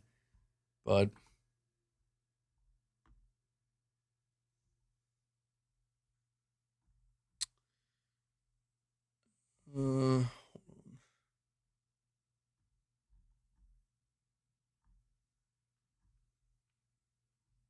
All right. So we have another report here. I'm curious what you guys think of this. Some people are not feeling good about it, but it says during a Q&A session following the release of its latest financial results, Sony and PlayStation's top brass have outlined plans for the use of AI technology within the business. It seems that the through line guiding the company's approach is that AI should serve as a tool to aid creators and make certain processes more efficient rather than replacing staff. Human creativity must remain at the center. This is what Sony's president and CEO Hiroki Totoki said. AI is a powerful tool, but is not a replacement for artists or creators. It is an amplifier of human imagination and catalyst for new possibilities. I love the PR speak. Dude, oh my God. Okay. That's it. No more after that. Sorry, he's knocking these over. In terms of PlayStation, CEO of Sony Interactive Entertainment, Hideaki Nishino, says its first-party PlayStation Studios teams have already been using AI solutions to make development more efficient. Within our studios, game developers are automating repetitive workloads, improving software engineering productivity, and accelerating areas like quality assurance, 3D modeling, and animations through new AI power tools. Nishino gives the example of something called Mockingbird, a proprietary tool that uses machine learning to animate 3D facial models based on performance capture, a task that would otherwise take hours of work. Studios like Naughty Dog and San Diego have adopted this technology, and it's already been put to use in released games, such as Horizon Zero Dawn Remastered. He says, our teams have accelerated this process by taking videos of real hairstyles and having an AI tool output a 3D model with hundreds of strand models. These practical applications allow our teams to spend less time on manual high-effort tasks and to instead invest their time into building richer worlds and gameplay for our players. It's important to note, an important distinction to make is that none of these examples appear to be utilizing generative AI, which is the main concern for many. This vision, the design, and the emotional impact of our games will always come from the talent of our studios and performers, says Hideaki Nishino. AI is meant to augment their capabilities, not to replace them. Another interesting application of AI tech within PlayStation is the PlayStation Store. Nishino talks about how the rise of AI within development pipelines will ultimately lead to even more choice for consumers, necessitating better recommendation systems. So he says, we're building on this success with ongoing projects that will use machine learning to provide the best value possible to our customers. As AI brings more choices to players than ever, the value of our platform will lie in its ability to recommend and personalize at scale. We've already seen how AI models contribute to manual operation, and this will continue to improve our AI capabilities. Our AI capabilities will evolve into a consumer-centric experience that not only suggests the next game a player might enjoy, but the next gameplay moment, subscription, accessory, merchandise, blah, blah, blah. So, guys, this is what Sony's saying officially. This is how they're leveraging and using AI in their game development. What are we thinking? I mean, we talked about this a little bit at the very beginning of the stream. I think a lot of it is corporate speak. You know, I think that corporations are going to continue to try to make it seem like they're not eventually going to replace some people with AI. I think we all know the truth of the matter is people will eventually start to get replaced by AI. I don't know how bad it'll be. It might not be as bad as people think. But I think where we are now, this sounds okay to me. You know, this isn't setting off any alarm bells. But Josh, what's up? Josh Nuggets, what's going on, man? It's all PR BS. Ain't nobody falling for that shit from a corporation. Next time it'll be it's quicker to make music or art in games. We know where it's going. Well, I do think there is a line, to be honest. Like, I do have a more pessimistic view of it, you know, where I'm not going to be in some kind of denial that, like, oh, you know, this isn't going to be taken advantage of. Luna, you want some? Hold on. Luna, come here.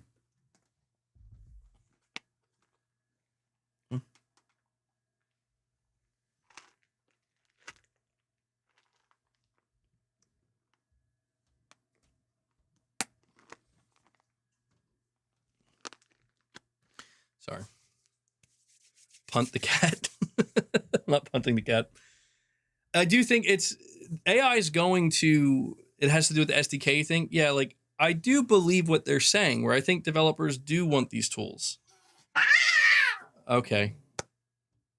Boss, Michael, Boston like that.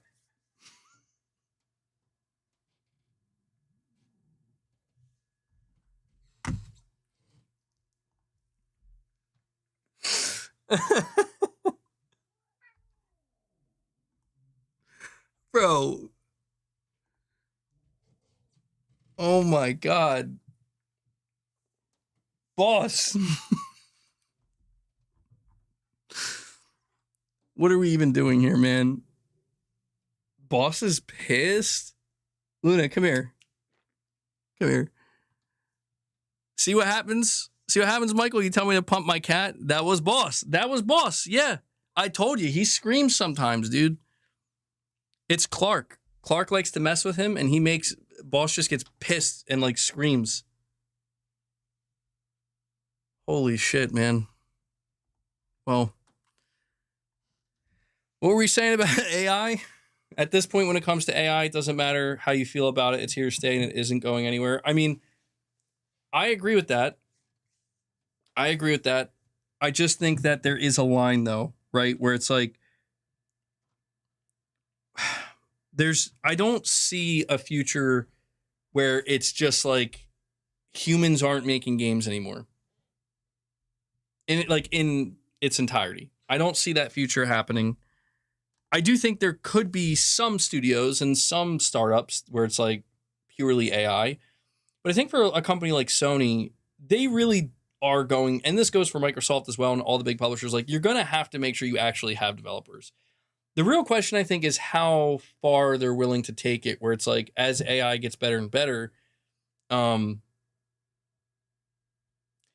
if we really think about AI truly getting better at game dev to a degree, where it's like AI can do what a group of 10 developers can do in like a year. It could do it in a month. So it could do the work of 10 devs in like a 12th of the time, basically. If we get to that point, yeah, these companies, they're not just gonna keep employees around.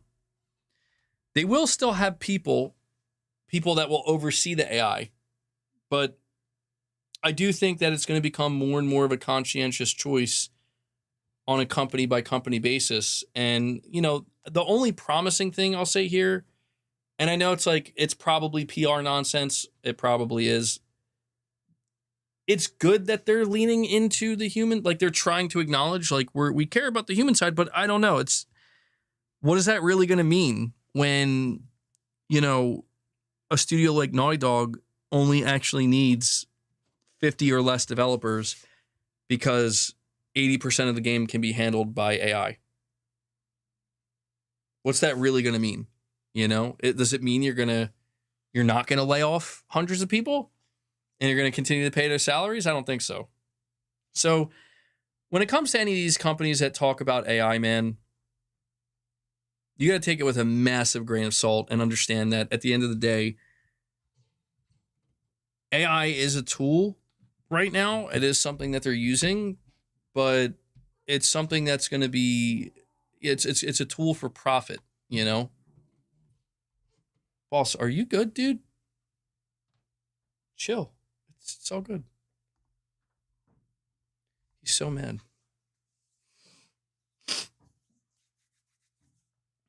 Japanese value their ancient culture / history a lot. That's true, but I don't think that's going to stop Sony from using AI, man. I'll be honest. I don't think it's going to stop them from using AI. There's conflicting reports of how far AI is. Just look at Grok.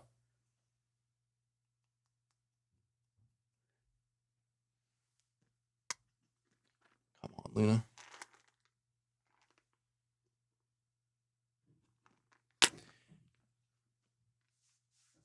Asha's hiring all AI people too, or all AI people though. Well, I mean that's the thing, dude. Like, I think anybody who's entertaining the idea that AI isn't going to be probably like the most significant development in the games industry in the next 10 years, I think they're in a little bit of denial. Oh, whoa, whoa, whoa.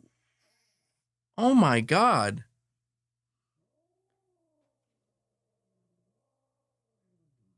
Do you guys hear Boss growling? I'm just trying to talk to you guys about AI and gaming, and my cats are just like surrounding me, about to fight. Jeez, he's so grumpy. Asha is AI.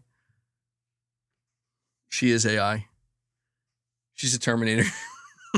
She was sent from the future. Get them. No, that's not legal, Nicodemus. That's not legal. Did you see the numbers on Crunchyroll? No, that I actually didn't see. Sparky Nuts are saying the biggest development of our lives. Yeah, I agree. I mean, obviously, I want to advocate for balance. I want to advocate for responsible usage and all that stuff. But I just try not to be too naive about it, and I try to keep in mind.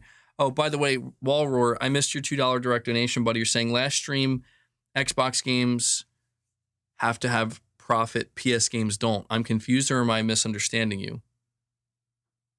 No. Well, okay, so my bad. I'm just a little confused because that's what we were talking about a little bit ago. No, Wallroar, what I'll say is this. The purpose of every game development studio is to make a profit. That is like the core purpose. And that's because the core purpose of everything that's being done at company A, B, or C is to become profitable. If we're kind of like analyzing a situation, is it okay for Microsoft games not to make a profit? Or for Sony games not to make a profit, but it's not okay for Microsoft games to not make a profit. I think it's a matter of what exactly we're comparing here. So I'll give you this example, Wallroar. It would, under no circumstances, would it be okay for Wolverine to not make a profit. That's a AAA, big budget, tentpole title. That game is not only expected to break even, but make a handsome profit. And if it failed to do that, heads would start to roll, for sure. Insomniac would be in some kind of trouble. Layoffs would probably ensue. It would be bad. It would be bad. I'm not saying the same thing couldn't be applicable to Housemarque. But I do think that there is a kind of, I think it scales. I think that's the word I think it scales, right? Like, I think you could look at a studio like Housemarque and maybe Sony looks at that and they're like, okay, well, investing $70 million into a game versus investing maybe upwards of $300 million, potentially marketing not even included, into a game. Those are some very different risks right there. You know, one is, again, it doesn't mean like, oh, it's okay if Soros doesn't make, break even.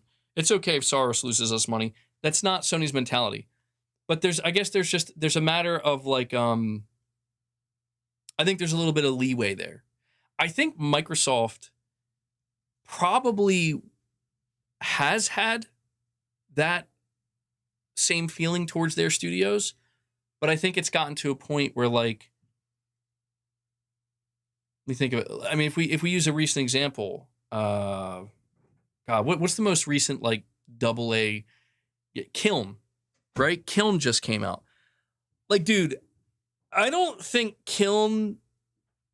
I think that's a game that it's like,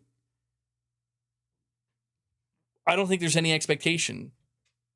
Like, it could lose money, and it's like, all right, it's not a big deal. Like, it's not what we want. It's not like we don't want you to lose money. We didn't greenlight this so you could purposely lose money. but it's so low risk that's like, well, we tried. We just threw a little something out there. I'm not saying that Soros is on the same. Soros is obviously bigger than that. Maybe this could be more in line with something like Avowed, perhaps. I don't know. Maybe even then that's not necessarily in alignment. But it's like something like Avowed has a decent amount of investment, not a massive, but enough. They spent years making it and they marketed it and they hyped it up and, it was supposed to do decently well. And it just seemingly, or like the Outer Worlds 2, maybe that's a better one. And I think what I'm trying to say is like these games, maybe the Outer Worlds 2 is the one I was thinking of, not Avowed. Because I think the Outer Worlds 2 was the one that really flopped, right? Actually, I don't think Soros is AAA. It has AAA qualities, but Soros, I think, was $70 million to develop. I don't think $70 million qualifies for AAA in by today's standards. I think $100 million is the minimum. Although if we count marketing, maybe it could be considered AAA. Oh, God. The saying, pain in my neck, has never been truer. But I think the point I'm trying to get at here, Walroar, because you do ask, I think you pose a good question. I think that it's never good for a game studio when a game fails to break even or make any kind of profit. I think there's always a danger. Dillo, dude, I have muscle relaxers they prescribe me. I can't take them unless it's at night. Because, dude, I took a muscle relaxer in the middle of the day. It put me to sleep. Like, I couldn't stay awake. I hated the feeling. I wasn't like messed up. It made me tired. It made me feel like it was 11:30 at night or midnight. And it's like, it's my bedtime now. So no, dude, if I took a muscle relaxer on stream, it'd become a sleep stream. I would just take a nap and you guys would just, I don't know, watch me sleep. Yeah, dude, they knock you out. I just think there's a tolerance level. That's how I look at it. I think that there are certain like I'll give you another example, Walroar. I don't think a game like Gears of War E-Day can afford to not make a profit of some kind. I don't think a game, you know what? Even an even more relevant one, Halo Campaign Evolved. That has to make some kind of profit because that studio, even though it's such an important studio at Microsoft and it's so, they're working on Halo, such an important franchise. Like they've lost so much money, dude, for so many years where it's like, this is why they're doing this first because they're like, this is the easiest way to make some kind of profit. But if we do look at something like Gears of War E-Day, I think it's still applicable there, where it's like, this is a big budget game, dude. You know what? I got the best example. Fable. Fable's the best example. I knew there was one I wasn't thinking of. Fable's the best example of like, it is in the same spot that Wolverine is in. I'm not comparing the two, where it's like, which game is better? I'm not like that. I'm saying Fable has had like 7 years of development, hundreds of millions of dollars. They built like a whole second studio at Playground to make this game. This game needs to sell well. Just flat out. There's no way around it. It has that level of investment made. So with that being said, there is a potential caveat here that Microsoft maybe, it's hard to determine. It all has to come down to their philosophy. Let's say Fable gets like a 95 on Metacritic and is like nominated for numerous Game of the Year awards, just hypothetically. But the game flops sales-wise. Like it just doesn't sell. Microsoft would probably still be okay with that because in their mind, they're like, we made an investment and it's hurting our bottom line, but we've gained something that you can't necessarily put a price on. I'm not saying that it's a guarantee they wouldn't do layoffs or they wouldn't shut that part of Playground down. You're not wrong, Why Me? You're saying not true, look at Hi-Fi Rush, but I think I think I don't see Xbox's management today. I think if Asha Sharma was there in charge with her new leadership when Hi-Fi Rush launched, I don't think she would have sold that. I don't think she would have shut that studio down. I think she would do exactly what I'm talking about. I think she would have been like, that's valuable to us. And I guess the reason for that is because honestly, I think these companies are starting to maybe learn somewhat that it's like sometimes the value of an IP, it needs time. It needs time and space. And if you give up on the first thing, every time, I mean, how many great franchises got off to like somewhat slow starts or their first game out of the gate? It's not unheard of. It's pretty common. But that's why I feel like it's a matter of risk assessment where it's like, if we were looking at these Soros numbers, or not numbers, but like, oh, Soros is at 11th with 1 day or 2 days on sale, right? It's at 11th. And this game was like a $300 million game, I'd be like, oh my God, buckle up. It's not that. Like if this was Wolverine we were looking at, Wolverine was out for 1 day, let's just say it came out the last day of September, 2 days early access, and it was at 11th, I'd be like, oh my God, what happened? Something went horribly wrong. This is going to be a catastrophe. But my mind goes towards that because I know this was like a $300 to $400 million game. No, we actually have the number for Soros. Soros, they did confirm, cost $70 million, and I'm like, well, that's arguably, if this game struggled for like its launch window, it could still climb its way up to make that $70 million back over the next year or two. There's an argument to be made there where it's like you don't have some astronomical number you have to suddenly climb up to where you got to recoup $250 million. You have to, let's say Soros sold well enough by May 8th that it made, let's just say like 60 million of the 75 million. Okay, so you need to make 15 million more. I think they could do that. I think that's if it's like, let's give it the next 12 months, I think you could easily achieve that. You could see how that's very different though. If it's like this game had a $300 million budget and, it made like 80 to 90 million in its first like month on sale, you might be in a dangerous spot at that point where it's like, you can still maybe work to get your make your money back, but there's just no denying, that games sell well or sell best up front. That's always how it goes.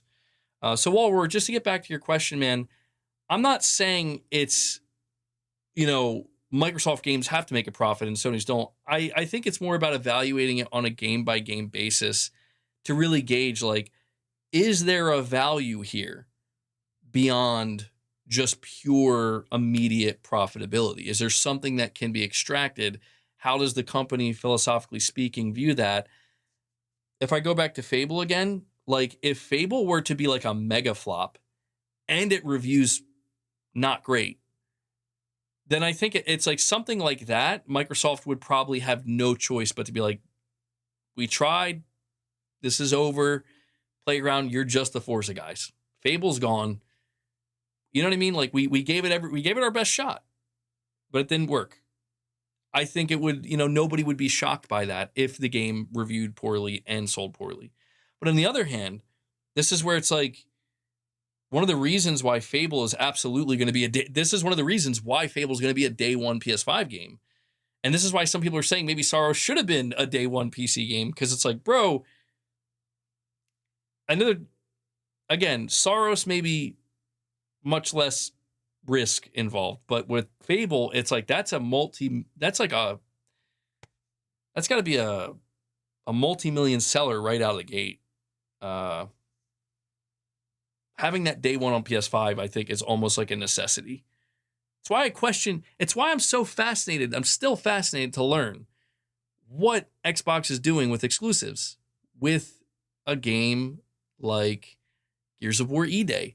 Because it's like, bro, E-Day is one expensive ass game, bro. There's no way. There's no way that game isn't expensive as hell. So are they willing to take that risk? Timed? Yeah, I mean, I could see timed. I could see timed being a thing, but I do have a question, and that is what Housemarque is going to do next. I really wonder, because I will say this. Listen, I think Soros is great. I can tell you, I put about, I think, like 15 or 16 hours into it so far. I definitely liked Returnal better. There's some Housemarque did something with Returnal that it doesn't exist in Soros. And I think it has more to do with, I don't know, there's just so many aspects to Returnal that I thought that they just kind of nailed, where it's like the mystery, how alone you felt, the feeling of isolation, even just aesthetically. I do think Soros to me is a game where it's like it's trying to take so much of what made Returnal good, but it's trying to it's trying to be different, trying to do something different from Returnal. And I think in a way it kind of it's crazy, because it's almost like, damn guys, like I think you guys set the bar so high with Returnal that it's like I don't even, for as good as Soros is it's like, dude, I don't know. Returnal had something there that was truly like eerie and unsettling and disturbing. And with Soros, there's definitely a mystery. It feels more traditional. I think that's the word I'm looking for. Soros feels much more traditional. And I'm enjoying it slightly less because of that, where it's like, damn, I kind of like, there is a mystery with this game. Unfortunately, it's been spoiled for me. But even knowing that, it's like I can just kind of tell like the way in which I'm unfolding this mystery versus the way I was unfolding the mystery in Returnal. Yeah, I get what you're saying there, Ghetto God. Wallroar, thank you for the tip, buddy. You're saying expensive for Microsoft and expensive for Sony is very different.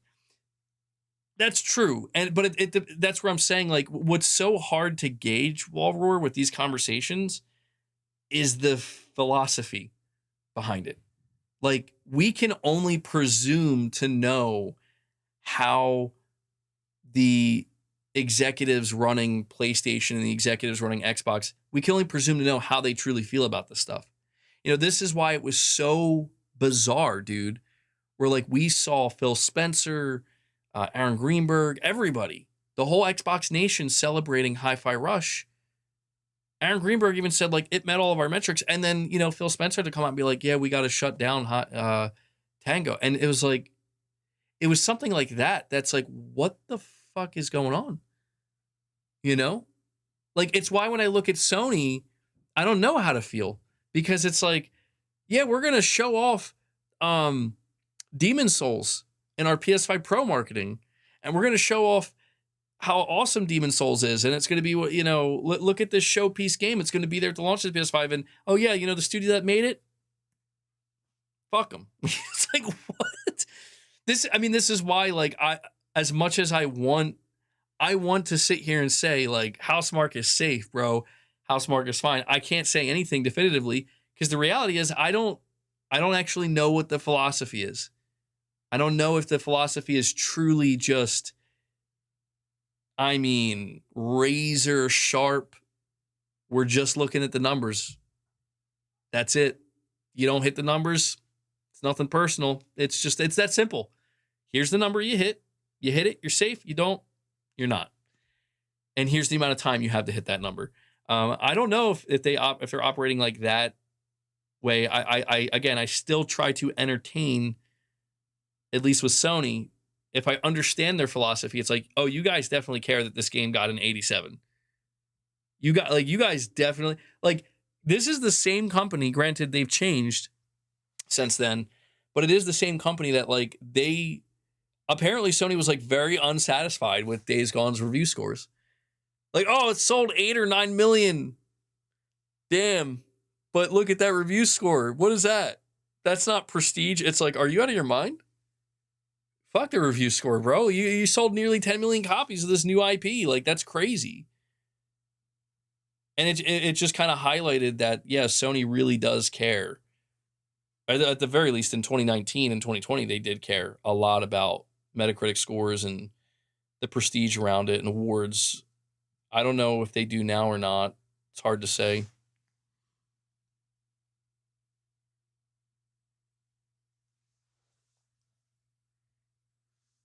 They're not running companies based on the common sense of gamers. They're running them for profit. And that's true. That's true. So yeah, I do think that ultimately a game like Soros, if it doesn't do well, it'll be difficult to determine why exactly that is. You know, you'll have some people say it's because of the genre. You'll have some people say it's because of the spoiled story and people think that Housemarque went like totally woke. You'll have people say it's because PlayStation gamers don't buy games, even though, I mean, that's not true. It's just, to be honest, like, if I had to guess, I'm thinking more than anything, it might be the genre of the game, dude. And I hate to say that because this is why, like, Returnal isn't a massive hit. Now Soros seems like it might not be a massive hit. And then people are going to wonder why Sony's probably going to go to Housemarque and be like, you guys are doing great. How do we get you to make a game more in line with like Ghost of Yotei or Spider-Man or, you know, God of War, something along Uncharted, something like that, you know, because that's the thing. I do live service Returnal incoming. Hell no, bro. But that's kind of the reality we're looking at here is it's like if Returnal, and like in my opinion, it was crazy that Returnal didn't do better. Because I'm like, this is an incredible video game. And I'm not just saying that because it's PlayStation. I'm like, it's actually an incredible video game that deserves like way more success. And over the years, I've seen more and more people kind of like wake up to that. But I guess it's just one of these things where it's like, no matter how I feel about it, no matter how good I believe it is, it's not a mass market title. And I think the real question ultimately for Sony here, not just based on Soros, but just philosophically speaking, looking at how they run their studio business, how does Sony feel about games from their studios that don't necessarily have mass market appeal? How does Sony feel about that? And we have Delwyn Jones with a generous 20-pound super chat. Thank you for that, buddy. He says, I'm glad Housemarque did review the game based on Returnal's feedback from a few years ago for Soros, figuring out what needed to change and what's easier for players to play. Hope you're feeling healthy. I think you meant to say, hope you're feeling better. Stay healthy, MBG. Enjoy gaming. Well, thank you for that, Delman. I really appreciate it. I don't know. I'm really starting to feel the pain now. I'm not going to lie. I don't know how much longer I'm going to be able to stream for, but it feels like it's one of these things where I got to keep like moving around. That's what's interesting, right? Is I think one of the struggles that Housemarque had here with Soros is they needed to kind of straddle this line of how do you keep everything that made Returnal so special to a lot of players, to your fans, to the people who bought Returnal. How do you maintain that while simultaneously making it more accessible and more welcoming for people who are too intimidated by Returnal? And I do think the solutions that they've offered here are mostly good and acceptable. But I do think that the problem they may be suffering from is they couldn't really make it, like they couldn't. I like what I'm trying to say is they would have been better off leaning just fully in one direction rather than trying to find this compromise. And the reason why I say that is because I think there are way too many people that don't understand that Soros in many ways can be significantly easier. Like I mean, the modifiers are like difficulty settings, basically, to an extent. But that's basically what they are. I feel like people don't know that. I feel like people are not looking at it that way. If they went in the polar opposite direction, where they're like, we just want to make a more traditional action game that anybody can pick up and play, and it'll have easy, normal, hard, and extreme, and all that shit. They could have done that too, but I feel like that would have fundamentally changed their game design philosophy. And that's why I begin to question where Housemarque lands at the end of the day. Where, like, what place do they have within PlayStation Studios? Because I don't know how Soros is going to sell. None of us do. We don't have the actual, full data yet. It's going to be a little while. But like, if Soros struggles to sell, let's say it does a little bit less than Returnal when it's all said and done, where does Housemarque go from there? Like, do they make another Returnal / Soros like? Or do they completely shift and they're like, we have to make a completely different type of game? I mean, at some point, Housemarque is going to have to pitch their next game to Sony. And Sony's going to be squaring that pitch up against how Soros performs. It's been a little while since I played Returnal. Yeah, it's been quite some time. If you make a game for everyone, you make a game for no one. It's sad to see devs taking this route lately. Soros should have launched with co-op from day one. I mean, I could see that. Yeah, Raven, that's a good point. Having co-op there at the launch, I think, could have helped. I don't mean to keep talking about Soros as if it's a failure. We don't know. We don't know. I'm just getting a sense, though. I'm not gonna lie. Like, I'm getting a sense that it's gonna underperform. I don't know what that means for Housemarque. I don't know how Sony views that, but these days Sony makes me a little bit nervous. You think they'll release it on PC if Soros is doing really bad? I don't think that they will. No, I mean, because you have to think, like, if it was selling poorly, they would have to invest more money to make the PC port. And if they're already nervous that, like, if it's not selling well on PlayStation, then it's probably not going to sell well on PC either. But we don't know. We don't know, man. I just think it's kind of a shame that Soros finds itself in the middle of some kind of nonsensical controversy. At least to me, it's nonsensical. I think people are getting a little bit worked up over it. But oh man, So, dude, I've been getting messages from people. They're like, man, I hope Wolverine don't have this. Oh, I can't wait for you guys to find out.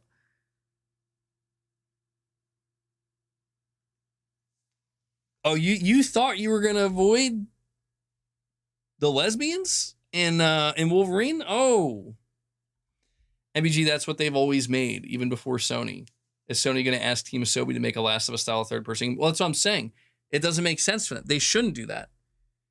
But it makes me wonder, if you're Housemarque, where do you, as a studio, where do you want to go from there? Started playing Soros, it's okay. I don't know if I like the shield mechanic. Shield mechanic is interesting. You know what my biggest problem is with the gameplay of Soros compared to Returnal is I don't like the melee. I feel like they nerfed the melee so hard that it's like, bro, you gave me a fucking lightsaber in Returnal, and now you want me to just literally go up to things and punch them. Talk about a downgrade, man. The melee just doesn't feel nearly as effective. Like there were times with that melee where you could just like one shot things. You know, it felt way more powerful and consequential. But the shield is okay. The shield, I think, does add a new dynamic to it. We all just want PlayStation, wish PlayStation was doing what the core fans want. Ponies can lay down like dogs when facing DRM. You're basically paying full price of owning the game to just rent it. Oh, well, you're talking about the DRM thing? Well, yeah, we already... No, Cheese and Chainsaws, it's not that. It's not that. I think I'm on like the 5th biome now. The end of the 4th, going into the 5th. I'm stuck on some boss. It's hard though, man. Like I've been in so much pain. Saros is not a game to play when you're in pain, dude. Let me tell you. Like I just have no patience for it. But I haven't had really patience for anything these days, so.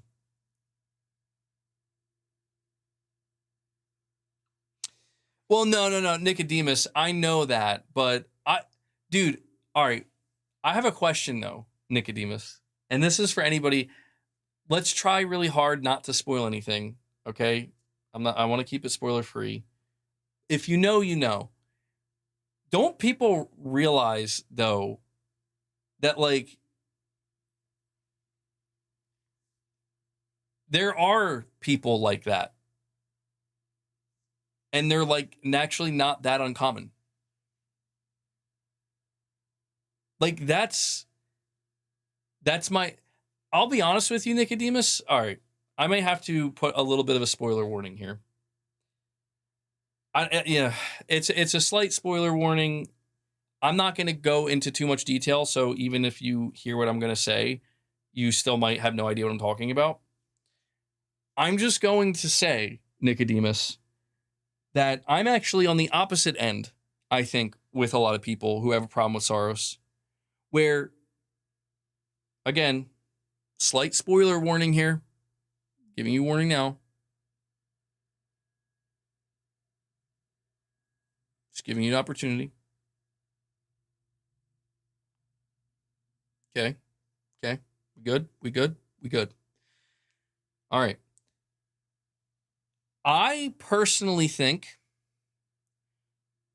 that where Housemarque takes it too far, where I'm literally like, yes, I am with people on this where I'm like, are you serious, bro? Like, I'm just like laughing at it at this point. Cause I'm like, that's just funny at this point. Like you guys are trolling and this shit's funny.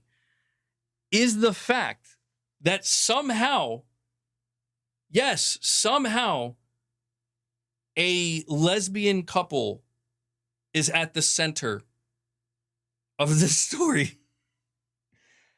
In my opinion, that's where it's like, now you're just fucking with us. Right? Like, I'm not homophobic, but like, now you're just fucking with us. And I am not gonna lie, I just find it funny. I'm like, that shit's funny. I can't take that part of it seriously. I just can't. We're like, again, I don't know how far I want to go with the spoilers. I mean, I'm assuming if you're still here, you probably don't care. The bigger part of this game that people are complaining about, like Nicodemus, going back to what you were saying. Oh, dude, the shotgun is ass, bro. Hold on really quick. You're saying you're in the second biome, you can't beat the boss, you hate the shotgun. Dude, I agree. The shotgun is ass, bro. Like, they need to do something with that weapon because I'm like, I want to use it. It seems like it should be good. It should be good. It just, it's been the worst so far. I can't be effective with it. But listen, talking about the story of Saros, they're like basically the meme that's going around with this game is that like this guy gets cucked. And I'm like, this is insane. Like, this is insane that this is how people are talking about the story. I'm like, if that's your interpretation of a story, you've missed the point completely. You've missed it entirely. And I fear that people are almost conscientiously choosing to miss the point because they just don't want to engage with this on an intellectual level whatsoever. Where it's like, bro, it's not about the guy getting cucked, you know? That's not what it's about. It's about obsession and driving people away and basically becoming a controlling, insane person to the point where it's like you've ruined your life and you're ruining the lives of people around you. That's why I think this whole thing, the way people are memeing it, where they're like, oh, it's about lesbians. It's like, that's not, to me, that's just funny. It's like, of course, that's going to be an aspect of it. Of course, because that's why it's PlayStation. It's like, has to be. See, the box has to be checked.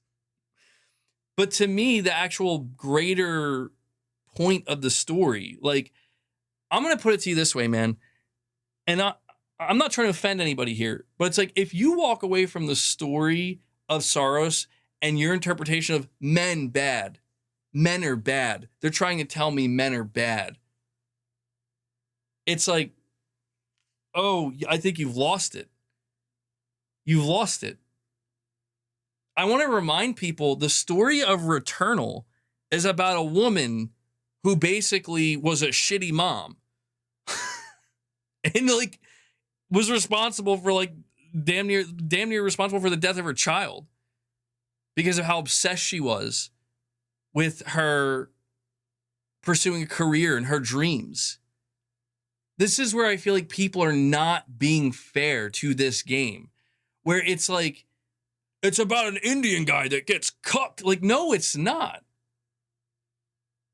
That's not what the game is about. The game, like, that's not what the story is about. The story is about a person, and yes, it's a guy who is completely obsessed and makes mistakes, makes serious mistakes that get progressively worse to a point where he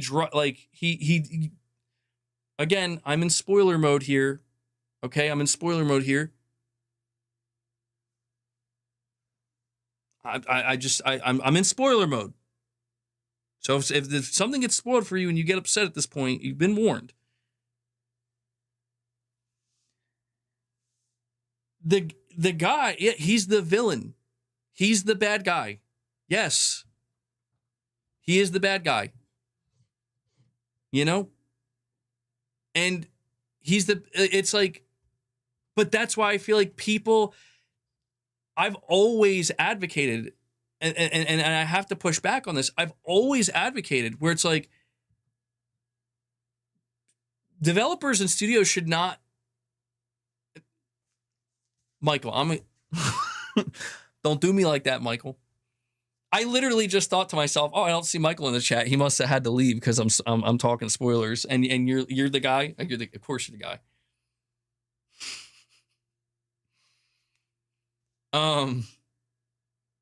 I've always advocated for, like, studios and developers should be willing. They should be not afraid to tell profound stories.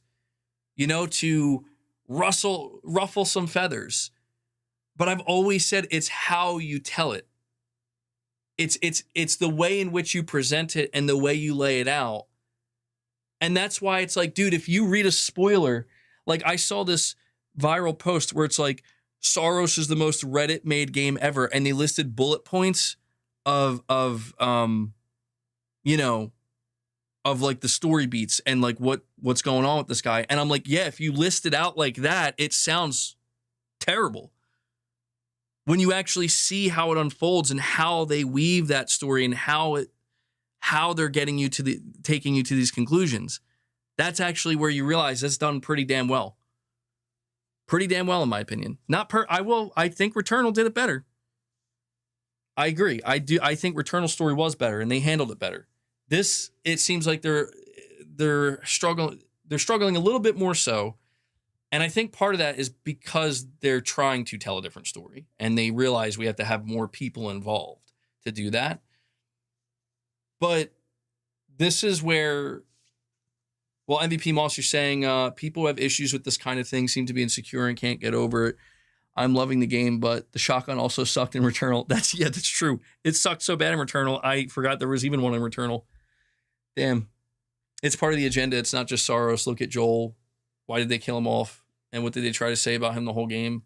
It's not just a one-time thing, man. It's a strategic attack. I mean, listen.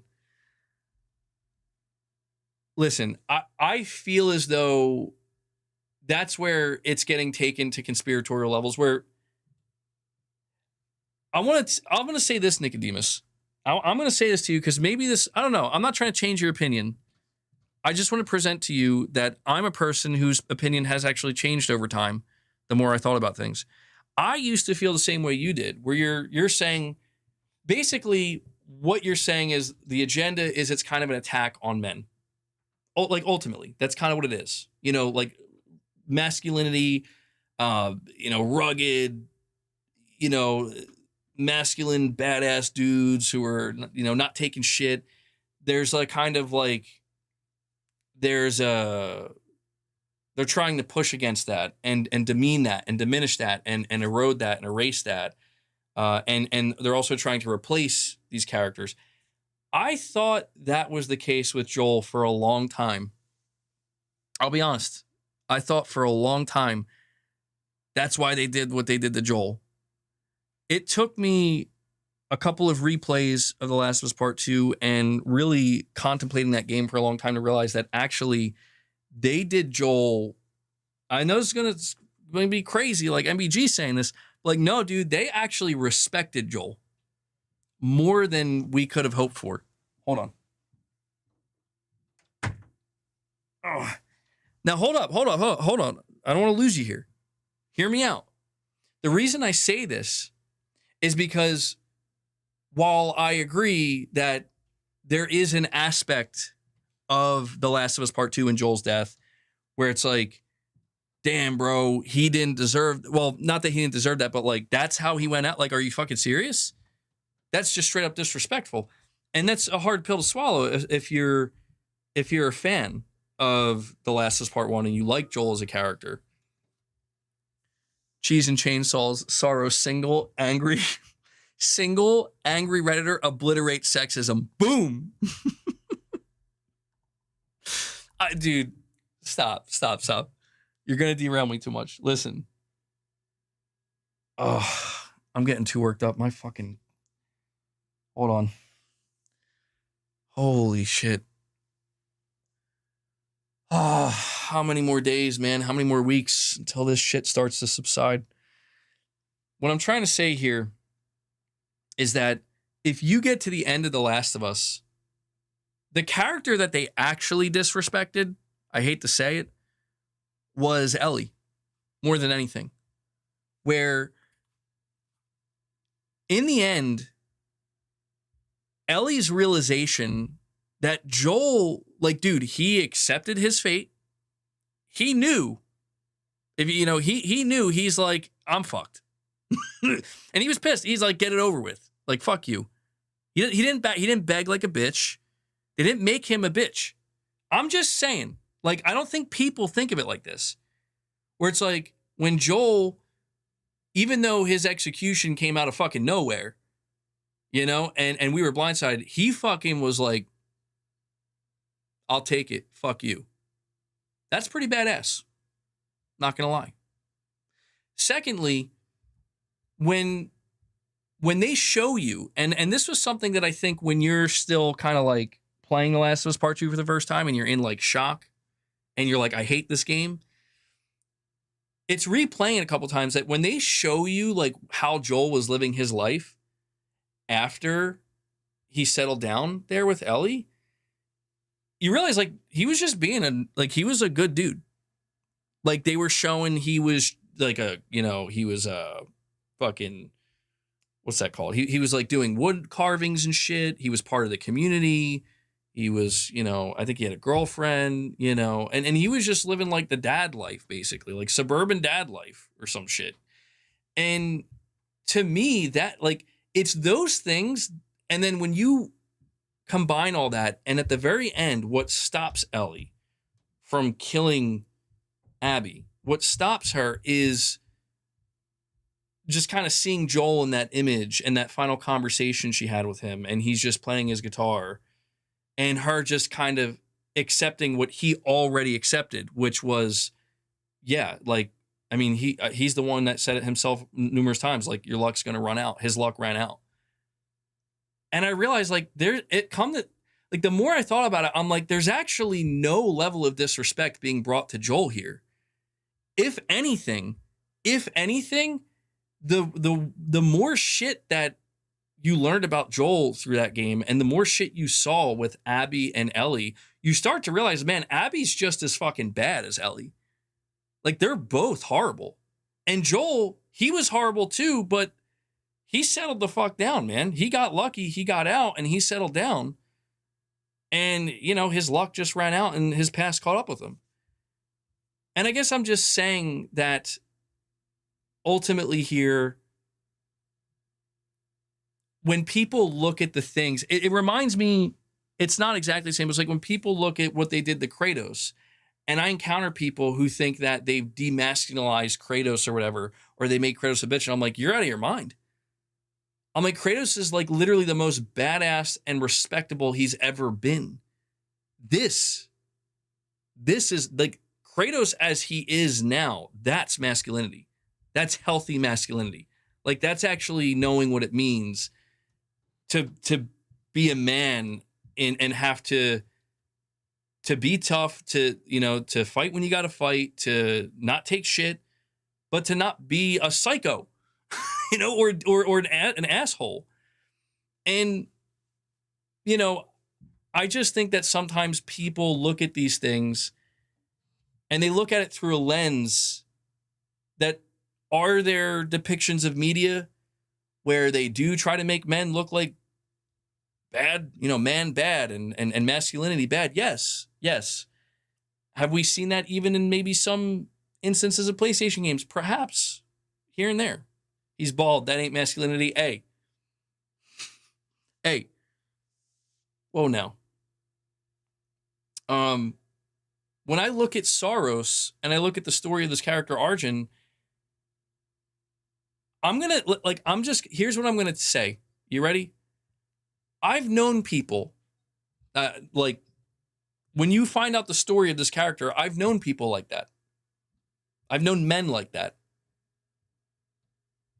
It's not made up. And that's where I start to get concerned that the people who are trying to portray, I think the lesbian thing is like, okay, that's a bridge too far. Like, now, guys, come on. like of all the directions, really? So that, to me, again, that part's kind of comical. That's like the Reddit part to me, where it's like, okay, I get it. Herman has there's a certain checkbox that Herman requires, whatever. But I just think that what unsettles me about the reactions I'm seeing to Saros is that it's real.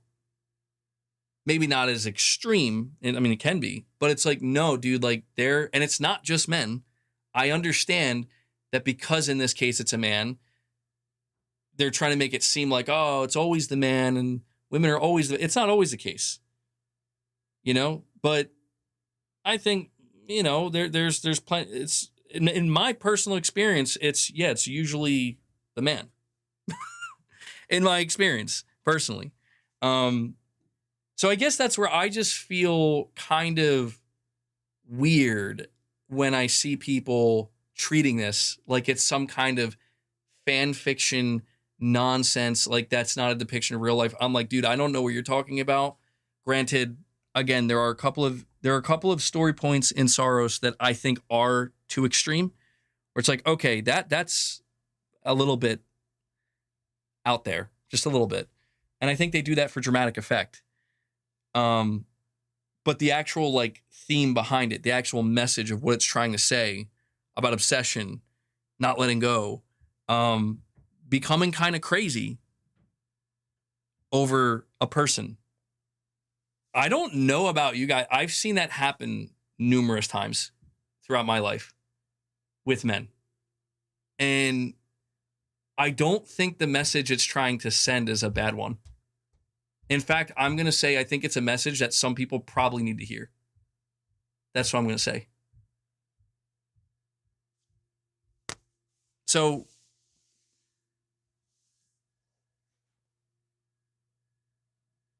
Hold on, you're saying it's wrong, it's disgusting? What are you talking about? Well, no, what Sony should do, I will say this, though, on the other side of that, Sony should not be afraid to show the other side of the coin, too. That I can agree with. It's like if you're going to, it's a two-way street. It's got to go both ways. There's plenty of stories we could tell. But I'm just being honest, in that, like, when I learned about this, I'm like, when I saw the initial leaks and the reactions, I'm like, oh, fuck, what did they do? And I looked into it and I'm like, this is, well, Marvel's Wolverine. Can you tell me why? Tell me, like, elaborate. Because I'm curious.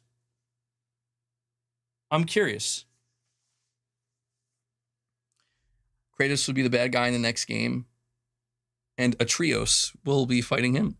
Dude, okay, if they do some shit like that, come on, man. If they turn Kratos into the villain, that's when I'm out. I'm like, I can't. Okay, now you've officially fucking lost me. We don't do homophobia here. Sony needs to go back to kick-ass stories in their games. I mean, I guess it depends on what you consider kick-ass. I mean, I think Sony could do with something a little bit more lighthearted. If not lighthearted, just something a bit more traditional, not trying to be as deep. I think that's fine. Maybe that's where, like, Uncharted can come in or something again.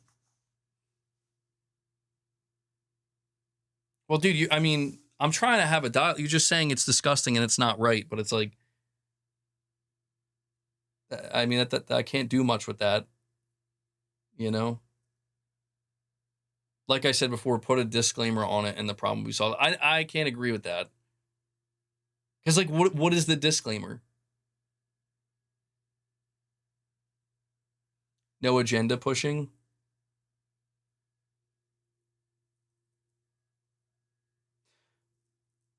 Well,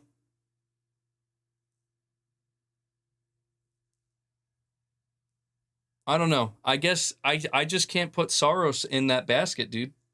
Because to me, it doesn't do it. To me, Saros is not pushing an agenda. Like, if I don't know, I guess maybe some people, it's like, oh my God, like, the story isn't what I thought it was. The story isn't what I thought it was, and I'm actually not a good guy. Uh-oh. I don't know, man. Like, to me, it's like, okay, that can be weird depending on how it unfolds. Again, I'm playing Saros. I'm like, this is fucking awesome. Like, I love the idea of, like, you think you're the good guy. You think, and that's why it's so psychologically compelling. This is where I think, like, I feel like people are not going to actually give Saros the credit it deserves. Where it's like, don't you understand that the whole point is, as you're playing as this guy who thinks he's the good guy and he's the hero and he's doing the right thing, that's the whole point. That is the psychology of people who do shit like this in real life, of people who become obsessed, who become neurotic and become controlling. Like, that's what they think they're doing. That's why this is so fucking cool to see that broken down, where it's like, it is the realization that, well, you are the bad guy because you allowed yourself to become the bad guy through your obsession and not being able to just let it go. And it goes well beyond just sexes, like man and woman. It goes beyond that. And that's why and again, maybe it just, I don't know. Maybe it just hits me differently because I've witnessed stuff like this in my life numerous times over. And I feel like, yeah, that's real shit. That is absolutely fucking real. Whether people like, and I guess that's why it does frustrate me when I see people. Yeah, exactly. Just like Lego Horizon. It just frustrates me when I see people, like, the most frustrating part of it is seeing people who are they're just grifting it. That's the most frustrating part, where it's like you couldn't sink lower if you tried. Like, I have more respect for a person who genuinely like is trying to identify a problem and point it out than the person where it's like, oh, I just need money. And this is the good thing to kind of grift on today. What I'm trying to say is the people who are claiming it has an agenda also have an agenda. That's what I'm trying to tell you. They have an agenda. They have an agenda. And I just wish people would, like, do you not fucking realize that? Like, do people not wake up in the morning and listen to this shit and not realize, like, wait, they have an agenda too. Yes, their agenda is to say what you want to, what they think you want to hear, so they'll get the most amount of viewership, encouragement and money from you. That's what pisses me off. Where it's like, if you can identify that and acknowledge that for what it is, fine. But people they listen to these fucking retards and they take their word as gospel. And it's like, do you not understand these people don't give a fuck? Like at any level? They're just amazing at convincing you they care this deeply about something that I promise you they don't. I promise you they go out, if they went out in public and talk this way, they'd fucking get knocked into the next dimension. That's why they're not out there talking. They're online fucking making videos about it because that's all they can do. Or writing fucking tweets. That's the reality. That's what makes them money. They go out there in the fucking real world and start talking like this. They're going to get the opposite of they're not going to make money. They're going to get in the fights. They're going to get in the fights. They have medical bills. That's what they're going to have. I agree. Freedom of speech. But not freedom from consequence, right? Freedom of speech. But don't be surprised if you say something and then somebody's like, hey, you're going to get a reaction, right? Who cares? What about when video games are just... Well, that's the thing. I'm with you on that one. Hold on. You were saying, remember when games just had to be fun without all the hate and online shit? I agree. Dude, I agree. And I guess I don't know. That's why I feel like I get roped into it because it's like, bro, I'm sitting here. I'm like, I know there's going to be some controversy about Wolverine. I know there's going to be some controversy about Intergalactic. I know there's going to be some controversy about the Faye game. I'm like, Saros is cool though, right? And it's like, nope, there's a fucking controversy for Saros. And I'm like, I can't take it anymore. Now, I was ready because I thought, man, this must be pretty bad. I thought this must be pretty bad. Again, I will admit the whole lesbian aspect of it. I'm not homophobic. But I do think it's like, Sony, you have crossed a threshold here, my friend. Okay? I don't know what that threshold is, but you've crossed it and it's just kind of comical. Like, it's hard to take seriously now.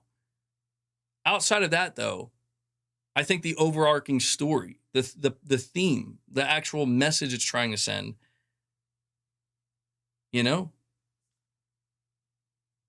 See, that's crazy, bro.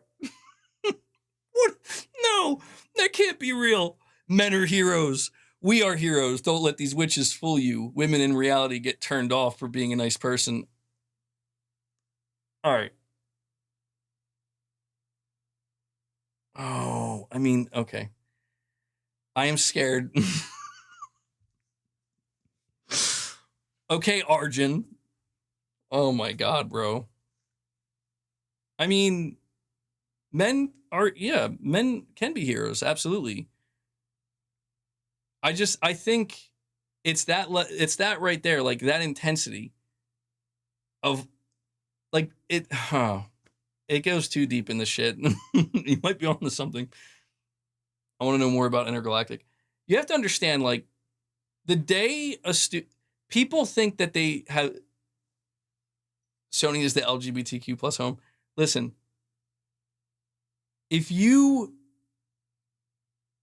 I said this earlier, it was in reference to IGN, and I'm going to say it again here, but this time it's for something much more important. If what you believe is true, if you truly believe that specific developers, specific publishers that are making video games, if you truly, genuinely, authentically believe in your heart of hearts that they have an impure agenda that you believe is wrong, understand that you're not meant to fight it. Okay? The reason I say this is because if, and it's a big if, okay, I'm playing devil's advocate here. If it were to be true that the people behind the scenes that are making all these things, that are making all these games, they're like, yes, we're going to send the message. We're going to make sure everybody knows, and we're going to diminish and dismantle and erase. If that's really what they're doing, then believe me when I tell you, they instantly win the moment somebody gets angry at what they're doing, because they're not being stupid about it in a lot of cases. Sometimes they are. But it's like, oh, what's that? You got upset that there's a mission about a homosexual couple in Spider-Man 2? You just fell for the bait. Sorry, bud. Sorry. Because think about it. Like, do you really think, as a collective, people are going to be like, you know what? I got a real problem with that homosexual mission. I ain't playing this game. No, nobody fucking cares. Nobody cares. You know where the proof is? The proof is in the fact that how many, tens of millions of copies of this game sold? Nobody cares. Nobody cares. Only a very small percentage of people care. What I'm trying to tell you is, don't be part of that small percentage. I'm trying to tell you, don't do that, because then they got you. You just got. That's the point. They cornered you. They played you like a fiddle, where they baited you and you fell for it. Just look at Intergalactic. Intergalactic, if you believe that entire first trailer for Intergalactic is it's Naughty Dog trying to send a message, and you believe the studio that is Naughty Dog, they hate men, they hate Republicans, they're completely liberal, they're all about the LGBTQ, like it's whatever, they're like all the way out there, they're totally brain rotted. If you truly believe that, then believe me when I tell you, you look at that trailer should be seen as nothing but bait that you need, like you're the fish swimming around, you ignore it. Because there's nothing in that trailer that warrants hate. Do you understand that? No matter what you believe, they're preying on your preconceived notions, and it frustrates the fuck out of me that people are too stupid to realize that. Where it's like, all they're looking for, if it's to be believed, is a reaction from you. Get angry, get upset, be homophobic, be sexist, be racist. Boom, boom, boom, boom. They got you. They just spun you around 10 times and you don't even know it. And you think you're on the righteous side. No. They're too smart for that. There you go, Patrick. So what I'm trying to tell you is if you really have that belief. Now, I know, dude. I know. I remember my reaction. It's because I knew. Dude, it was because as I was watching it, I knew. I'm like, this is just bait. I'm just like, this is bait beyond bait. But listen, they caught me slipping. They caught me slipping numerous times. But I realize it's all just a game. And that's why I'm trying to help enlighten people. Where it's like, this is not something you need to fight. That's what they want. That's what they want. Like, if it's true, and I'm not accusing anybody of anything, but I'm just saying, if it is true, that's what they want. They want to see your visceral, unhinged, because you become the enemy. You become the proof. You become the evidence that, see, this is why we do stuff, because look, exhibit A, B, C, and D. What do they do when there is no exhibit A, B, C, and D? What did they do? Why aren't people getting angry at us? Why aren't people being racist and sexist and hating on us? Yeah, I don't know. Because people got tired of that shit. People moved on to actual good stuff they're interested in. This is why I always tell people, if you truly don't like something, just walk away from it. That's the most consequential thing you can do. You can't hurt Naughty Dog if you're engaged with Naughty Dog. You can't hurt PlayStation if you're engaged with them. You can't hurt these characters, these stories, these developers if you're bringing attention to it. It reminds me of the you remember that movement with Spider-Man 2? God, I gotta be careful. That movement with the Sweet Baby Inc. Everybody thought that they got a win. We took down Sweet Baby Inc. It's like, bro, do you guys not realize Insomniac willingly chose to work with them? Do you not realize Insomniac is the one that saw what they were doing and said, that's great, we want to be part of that? That's where I feel like people don't understand, where it's like, this isn't about shutting down a company. This is about sending a message. And what I'm trying to say is, the angrier you get, the more worked up the more you think you're fighting it. You're not fighting anything. Getting people to turn on something, sure, in some cases that can be successful. Generally speaking, you're not going to get the masses to turn on something that they've already deemed acceptable and that they like. The best bet is to show them something else. Show them something else. But they won't do that, because that's not what their agenda is. Their agenda is to keep you angry, to keep you locked in that cage, because they know that they make the most profit from you. It's the reason why rage bait is all the rage these days. God, my neck is fucking killing me.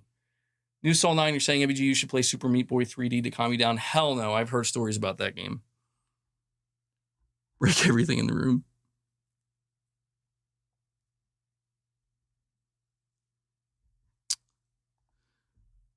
Hold on. I also just want to say, at first I had those same reactions. I get it. I was like, oh yeah, Spider-Man 2 is woke, and Last of Us 2, and they made Aloy gay. Why did it turn Aloy gay? And I had those reactions too, until I realized, wait a second. I'm part of a group now. And when I zoomed out and looked at the group, I'm like, guys, I don't think we're sending the right, even though we all have our reasons, and some of them might be more, some people can articulate those reasons better than others. Collectively, I don't think the message is being sent correctly. I think this is actually, I think we're causing even more distortion. And that's why I realized, that's when I woke up and realized, dude, you just have to take it for what it is. And I mean that literally take it for what it is, or leave it. And that's it. And that's how you cut through all the bullshit. That's how you cut through all the bullshit, man. There's a bigger picture here, MBG. It's spiritual warfare. You yourself have recently started to understand there's more to life than what we can see. Don't be fooled. Perhaps. I agree there could be spiritual warfare, but I just think that, MBG, you just said it's them versus us. And then you criticize the people that voice their discontent with Sony's trash content. Be more reasonable. I'm trying to say there should be I'm trying to say there is no them versus us. There is no us versus them. There's just people with opinions. And those people with opinions are also the ones making your games. Those people with opinions are also the ones making those videos telling you to hate those games. I guess really all I'm truly advocating for here is rise above anything that evokes a feeling so negative, so visceral and so negative that it's all you can gravitate towards. That's what I'm advocating for, that, because that's how you on a personal level win. And if your goal here, listen, if your goal is the way I win is by getting Sony to make the games I want, have at it. Good luck. Good luck. It's working out great, isn't it? But that's the thing, man. My hope is simply this. My hope is when we talk about being reasonable, here's something I feel like I can be reasonable about. I didn't like the story of Ghost of Yotei very much. I think especially the third act of Ghost of Yotei was a massive step down from Tsushima. Has nothing to do with her being a woman, has nothing to do with any of that nonsense, with her having a friend that's a female, although they never explicitly state that they're a couple. They're not, I don't think they are. Has nothing to do with that. It just has everything to do with, I just think the writing and the actual storytelling itself was significantly weaker. I'm much more concerned about sending that message to Sucker Punch. So they're just people, guys. Dude, listen, I run a single Twitter account and a single YouTube channel, and sometimes it becomes impossible for me to determine what people want and what they don't. It becomes impossible for me to get proper feedback, especially with all the trolls, you know? And Delwyn, I'm going to read this in 1 second. I'm just saying what's so important to me as somebody who did enjoy Ghost of Tsushima a lot. It's like a 10 out of 10 game to me. And then Yotei I enjoyed mostly, but was really let down by a certain aspect of it. I want to properly communicate to those developers, like as a fan, and as like I want to give them actual real feedback. You know, which is I think that the end, like the third act of this game and what it built up to was very weak. It underdelivered and it felt super safe and predictable and it had no flair. And Ghost of Tsushima had the opposite of that. It had all of that. Maybe it was a little bit predictable, but it hit. I don't want to yell at Sucker Punch like, you fucking hired a goddamn woke lesbian to play this character. Atsu, this game fucking sucks. Like, why would they ever listen to me? Why would they ever listen to anything I had to say? They're gonna fucking shun me because they're gonna be like, you sound like a fucking idiot. You're over here screeching about our actress we hired because of her fucking tweet about Antifa from 2020. That's not feedback for us. That doesn't help us make a better game. This is why I'm saying, like, people need to fucking stop listening to the people who don't fucking care, man. You get these people who pretend to give a shit about Sony games. No, they don't. No, they don't. They don't give a fuck about Sony games, man. You see some of these same people trying to shit on GTA 6. Which it's like, holy shit, more power to you, bro. What kind of idiot do you have to be to think you're gonna take down GTA 6? Oh, wait, you don't think you're gonna take down GTA 6. You're not sending some kind of message by shitting on GTA 6 and trying to create doom and gloom around it. You're just doing it because you know it's gonna fucking make you money. You want to give people a reason to feel fearful, to feel nervous, to feel hesitant. Because that's what gets you the views. That's what gets you the ad revenue. God fucking damn it. I'm actually ranting more because I'm in more pain. And it's creating this agitation, dude. Delwyn, thank you so much for the super chat, buddy. Saying, I have no issues. You have fake people lying, making up a false narrative about Soros, and using this made-up narrative to hate the game. Weird-ass behavior from these Xbox and PC non-gamers. That I agree with. That, to me, as my voice cracks, that was that's some of the weirdest shit. You don't need any more proof. That's all the proof you need. What you just said, Delwyn. People are actually, I saw this too. They're making AI images. They're making shit up. And it's because they're not playing the game and they're banking on other people not playing the game because nobody fucking cares. They just want something to hate. They just want something to be upset about. It's opioid withdrawal. That's all it is. And they're banking on that. Now, granted, there are some things that are true that are being mixed in, but there are other things that are not. And it's like, it's sad, man. It's sad.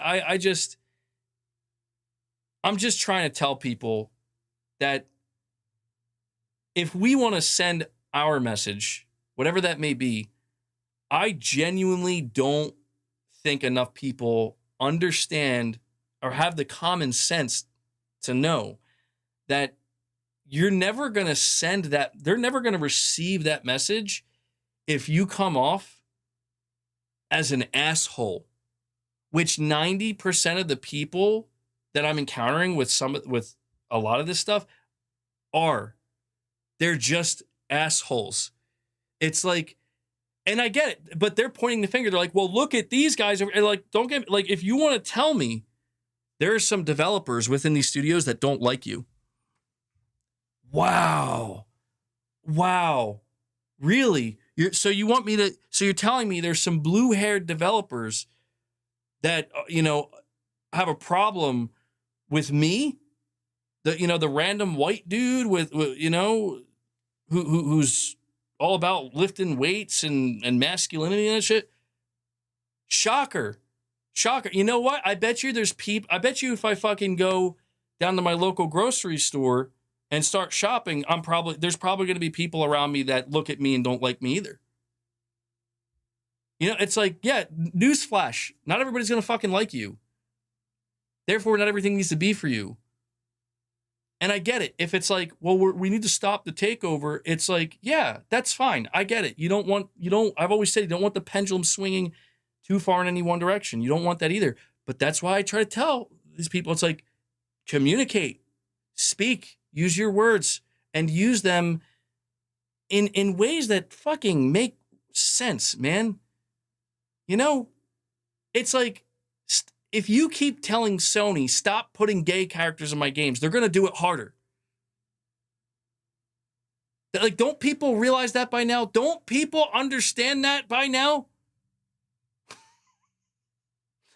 I know that sounds insane, but it's true. Think about it. Like, if the agenda is real, if it is real, then you have to try to understand why it exists. If the agenda is real and it exists, it's there because they feel as though there's something missing and there's something that people don't accept and understand. You know what? Let them know you accept it. Reverse psychology, this shit. It's not hard. We love it. I want all lesbians now. I want every game to have multiple lesbian couples. Make it happen, Sony. I guarantee you will not get that. You'll start to see it diminish. I'm telling you, you got to know how these people work. You have to know how the human mind works. It's not hard. Well, I mean, it can be difficult. People are complicated. But once you understand the psychology behind it, you begin to realize that this isn't about making every single game have a female in it as a lead. That's not what this is about. What this is about, if you want to understand what they're trying to achieve, they want, now, when I say there are two types. It's like when I talk about Xbox fans and PlayStation fans. There's two types. There's always two types. Always try to keep in mind who you're appealing to. Just like with Xbox fans, there's the Xbox fan that actually they just enjoy Xbox. They're not trying to harm anybody. They're not trying to shit on anything. They're not trying to fight nothing. They're just trying to enjoy what it is. And then you got the others. It ain't that at all. Same thing exists with, different philosophies and different, opinions on things in life. Are there people working at these game studios that have the opinion that there should be more strong female leads in games because men have been too dominant for too long in these games? Yes. Do you have to agree with that? Absolutely not. You don't have to agree with shit. The question isn't whether or not you agree with them. The question is, can you communicate? Can you communicate with that person? Can there be a healthy conversation of like, well, maybe there's some truth to what you're saying, but there's also some assumptions that maybe can be proven wrong. And that's what we need to identify, is it's the people that you can't have a conversation with. And it's hard because we're talking about entire groups of game devs. Where it's not like we're having fucking one-on-one meetings with these devs when they're making the games. But the truth is, because of how large these studios are, just like anywhere else in the world, there's going to be people here that they're not good at communicating. They are the opposite. They are just as bad as the person grinding out a fucking YouTube video every day because they have a hard-on, for just constantly ensuring that everybody's aware of the next woke thing it's got to be in your brain 24/7. Woke this, woke that, everything. My life is woke because they made it that way. Or maybe it's because you do nothing but obsess over it. But the thing is, what we're identifying is extremism. That's what we're identifying. We're identifying extremism. And I don't think people are waking up fast enough to the reality that the only thing a lot of these people on either side are doing, the only thing they're achieving is just making it easier to point out where the extremism exists. It's why I was referencing Intergalactic earlier, where it's like, dude, you can hate on that fucking trailer all you want, unless the only thing you can say that doesn't veer in the territory of just flat out hatred is that was lame because it seemed boring and I didn't see any gameplay. And the whole thing just seems uninteresting and uninspired. You can say that, and that's completely fair criticism that I think a lot of people could look at that and be like, maybe, yeah, actually, they didn't really show that much, and it wasn't that exciting, and we didn't see gameplay. Somebody being like, oh my God, she's black and bald. It's like, you've ruined it. Like, you're the reason. You're the fucking reason this exists. That person is the fucking reason why they're like, we got to make her black and bald. That's why. Because we know these people exist and we want to, and that's where I'm saying, like, I want to suggest to those people at these studios, we know they exist. They've always existed. They're never not going to exist. Take it easy. Don't fight fire with fire. We don't need to go the extremist route. We don't need to go all the way. And I'm not saying the Intergalactic trailer did that. It didn't. I'm saying that there's just nothing there, man, that you can try your best to hang on to it. You can say they're trying to, they're trying to replace strong men with strong women. They're every character's got to be black or bald or whatever. Women can't even look pretty now. And it's like, dude, they got you. They got you. I don't know. Like, I just don't know what else to tell you. It's like, they got you, bro. They're watching you squirm and they're fucking laughing at you. And you know what they have over your head? Do you know what they have over your head? And this is just the truth. It's like, again, if we look at Spider-Man 2, even I agree. I'm like, bro, I don't know what the fuck you guys did to Mary Jane's face, but you didn't have to do her like that. Okay? Like, that is weird and seems intentional, and I see what you're doing. Knock it off. Shit's stupid. Knock it off. But people lost their minds, and it's like, don't you understand they're doing this knowing they're going to sell 20 million copies? And do you know what that means at the end of the day? Do you know what it means? It means you've lost.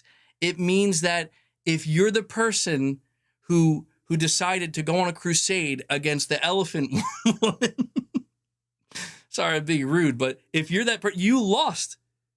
They're the ones who sold 20 plus million copies of this game, and they're going to make a third and a fourth, and you better believe they're raking in the money.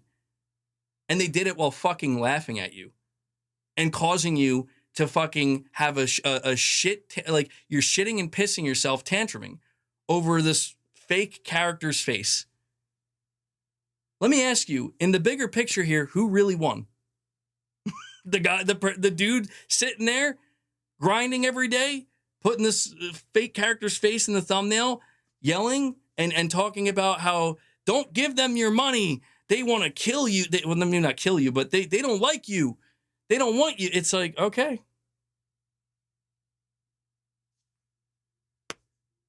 Maybe take my advice. You want to hit him where it hurts? Walk away. Replace your hate with love. Find something you love, prop it up, shove that in front of people's faces. Suddenly they're not looking at that. Suddenly that's where their money's going. But that's not as profitable. So, I don't even know what I'm ranting about, dude. Josh Z, you're saying, hold on. Oh, I gotta. Sorry about that. Killing rips the soul apart. That is Ellie's character's arc. She became Joel in his early years, killing to dull the pain. The Last of Us is about human emotions and the extremes of love and hate. I agree. I mean, and I will always stand by. I still didn't. That's not the story I preferred. That's not what I wanted. You know, over the years, I've been able to continually extract good out of it. I'm like, yeah, I could see that. I could see that. But ultimately, it's like if you asked me what kind of story I wanted from The Last of Us Part 2, it would have been another awesome Joel and Ellie adventure with hardship and turmoil and a lot of emotion, but not like this. Abby as a character wouldn't have even existed in my world if I made The Last of Us Part 2. But, this is just where I just feel that I feel too many people have lost the plot, man. But MUG, it's an inconsequential, meaningless character face. Then why did they take time and effort to model it that way? There has to be some sort of intention behind it. But that's the intention, Tarnished. That's the intention. Listen, if we can pass this test, I'm telling you, it stops. The test is, can you do that? Maybe the devs, you have to turn it on them. You have to turn the mirror on them, dude. This is just a game of mirrors, bro. That's all this is if you can successfully put the mirror in front of somebody, you win. You win. And that's all they're trying to do is they're baiting people into just flipping the mirror on themselves, where they're so consumed by their own opinions on things and they're blinded by their own beliefs that they don't realize that, like, dude, you sound very close to being warped. Like, you don't sound like you live in reality. Meanwhile, the developers aren't saying shit. The developers are just collecting their salaries and making bank on these games.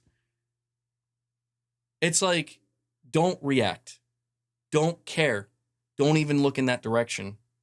Suddenly, the mirror's going to start turning. Because you know what the thing is? That's the thing.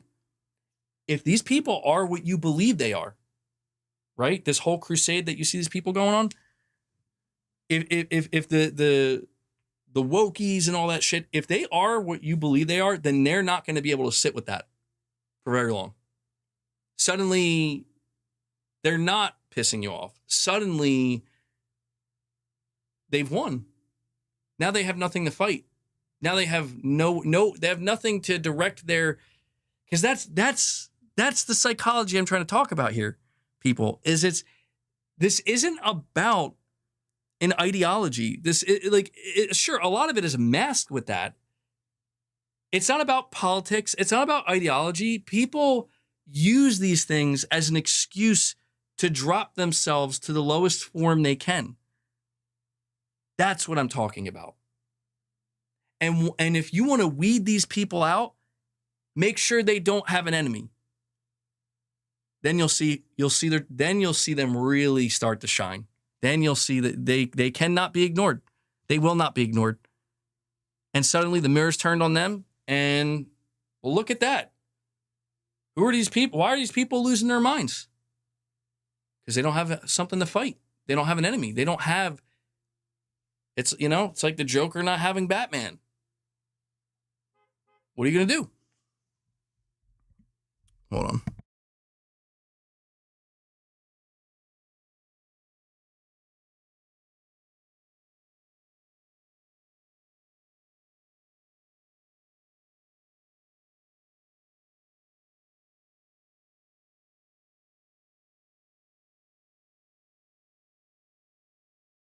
All right. Well, now we're gonna be I'm gonna be finishing it out like this.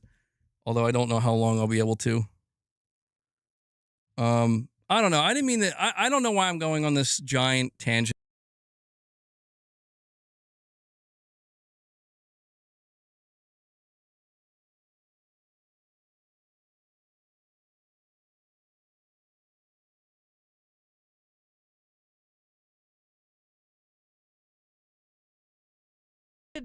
Are you fucking kidding me? Can you hear me now? Oh no, I can't freehand it. Can you? How about now? Dude, that's bullshit. It was telling me the whole time I wasn't muted. No, I'm just sitting here talking, blah, blah, blah, blah, blah. I was just, Delwyn, thank you so much for that, man. I was just saying, I got to be careful with this now. I got to keep this.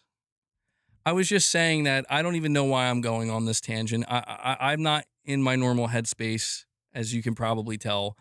I'm obviously not really talking too much about video games. I'm talking about other shit. I'm just going off because I don't feel good. And I'm in a weird setup. I'm in a strange place. So I do apologize. I know some of you guys like it, but it's not the usual. But we do have Delwyn. Thank you so much. Get me some milk. I need some milk. I need some more milk.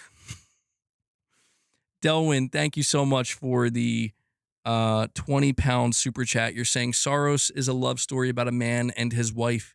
If you didn't play the game, your opinion is irrelevant. Saros feels, looks, and sounds like a true next-gen game. It's fast, fluid, and one hell of a ride. I might replay it on the PlayStation Portal. Well, that's the whole thing, Delwyn, right? Like, I think why I just get so I guess, yeah, I mean, it's clear that I get upset. I think why I get frustrated is because as I'm playing Saros, I start to identify, like, dude, there's so many things in this game that are damn good. And I'm not just saying that. Like, I'm not just saying that because it's a PlayStation game. I mean, really, though, it's like, Housemarque is very good at what they do, man. And even though I still like Returnal better, Saros, it's doing some things differently that are, but it's nailing it, just like Returnal did when I played it, you know. And it just really becomes so disheartening to me. Where it's like I said this on my last stream, and I'll say it here once again. I feel as though people who are falling for this, and I have to put it that way, falling for it, it's like you're missing out, man. Like I feel like people are so strung up tight that they're really nestled so deep in their own belief in something that they're convinced that this game is trying to hurt you. This game is trying to demean you. This game is trying to shit on you. And it's like, no, dude, this game is fucking awesome. And it's telling a fascinating story that even if you don't like it entirely, it's like, it's not you that they're talking. This is a character, a made up character in a game. Is it indicative of how some people are in real life all around with all the different characters? Yes. But it's not, I don't know. It makes me feel bad that people are like convincing themselves that this game is some kind of personal attack on them when it's like, dude, this is just a fucking awesome game with a story that honestly, if you're not even fucking paying attention, you probably don't even know what's going on. And that's the great irony of this game, dude, is like, I bet you at least a portion of the people who play it and beat it don't even know, just like Returnal, like, what's going on here? Like, wait, who is this guy? What happened? And I feel like that's the sad part to me, Delwyn, is it's just, there's so much good here that I think people are letting some of the potential negatives that they are clinged on to, you know, really, really ruin it for them. But Delwyn, I'm really glad to hear you're enjoying the game, man. New Soul 9, you're saying cookie with milk. Thank you. Oh my God, I can't hold this microphone. What am I doing? Will H. Cook saying, did you play Pragmata? Are you going to Platinum Saros? I'm thinking about trying to Platinum Saros. I'm gonna be honest though, right now, dude, like I'm until this pain goes away, I don't know what I'm gonna do. I want to play Pragmata at some point. I'm not used to being in this kind of pain. And I don't really have like potent painkillers or anything. Not that I would want to like keep taking them, but I just keep hoping that I'm hoping by next week I'm going to be sitting here or at my desk and be like, the pain's finally gone. I can't sit down and do anything for too long. Like just talking to you guys right now is keeping me distracted.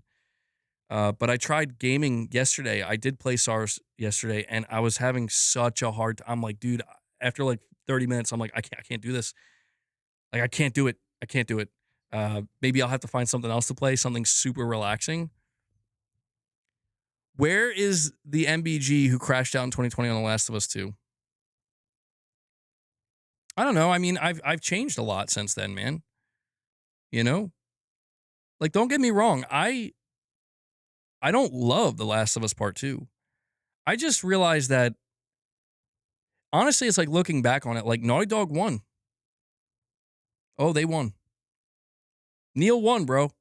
Like, Neil played me like a fiddle for years. Because it was the realization that, like, you see how Ellie, like, you remember in the end of The Last of Us Part 2 how she just put the guitar down and walked away. That's all you were supposed to do, man.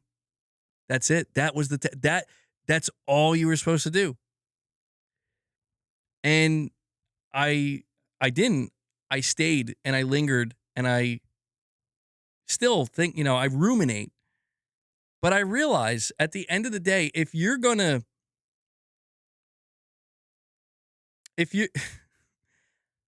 it's like Al Bundy says, we're already in hell. Why not just enjoy it? You know? Like, I'm just kidding. I'm kidding. It's not that serious. But it's like, if I am going to continue to ruminate on a particular thing, would it not serve me better to try to see if there's any redeeming qualities rather than because that, I'm just being honest with you guys, where it's like, I have spent a lot of time in my life and with video games. And it's normal. I'm not saying it's not normal. It's very normal. Everybody does. It's just a normal human thing where you start to really get annoyed with shit and you start to, and you gravitate towards the negative. It's in our biology to do this, by the way. We do this because it's how we survive. If we only paid attention to the good, we'd all be dead. Like, we got to always be aware of the threats, the problems, the looming danger. That's where it comes from. Maybe it's, overstimulated these days more than it needs to be. But that's why we do that naturally. And so I guess, for me, it's like when I do that long enough, I start to get a really shitty feeling. Like, I start to genuinely feel like, man, this sucks. Like, I'm at like such a low vibrational state. Everything sucks. Everything's miserable. I can't find the good in anything. And so the question becomes, well, what do you do? Do you stay here and continue to reevaluate? Maybe see if maybe some things aren't as bad as.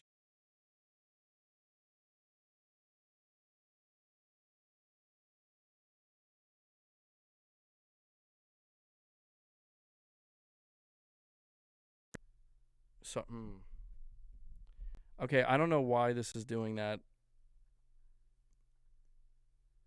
Sorry. Yeah, fuck. I don't know why it's doing that.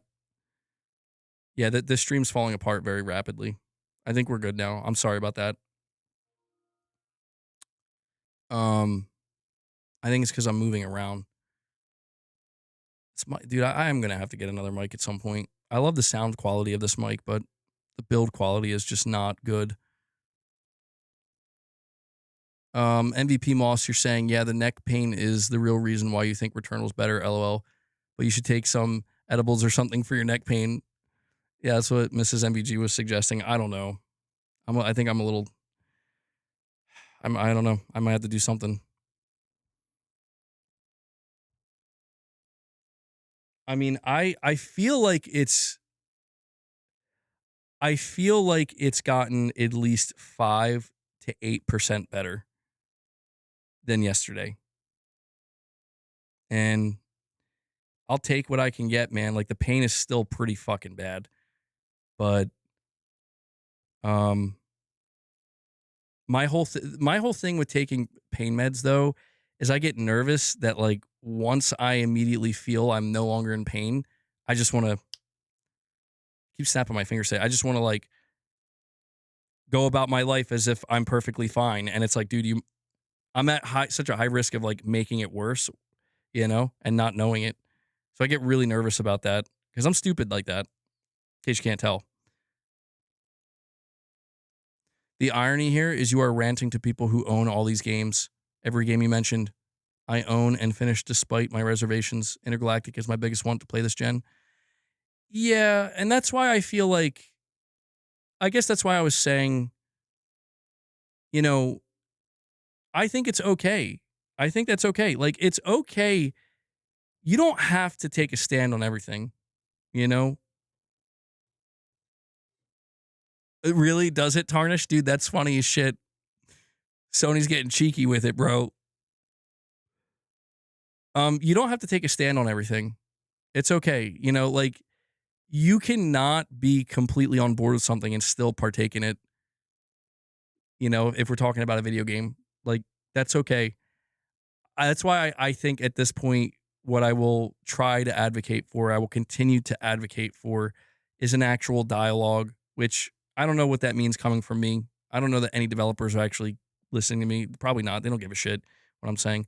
But maybe I can encourage others, and we can like build on that where it just simply comes down to it's not what you say, it's how you say it.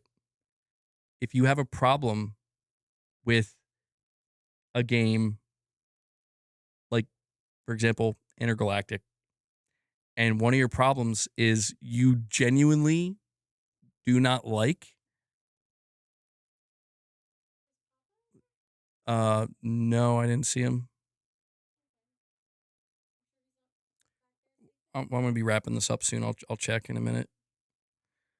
Um, it's like I genuinely don't. I'm not excited for Intergalactic because I wish the main character wasn't a female with a shaved head.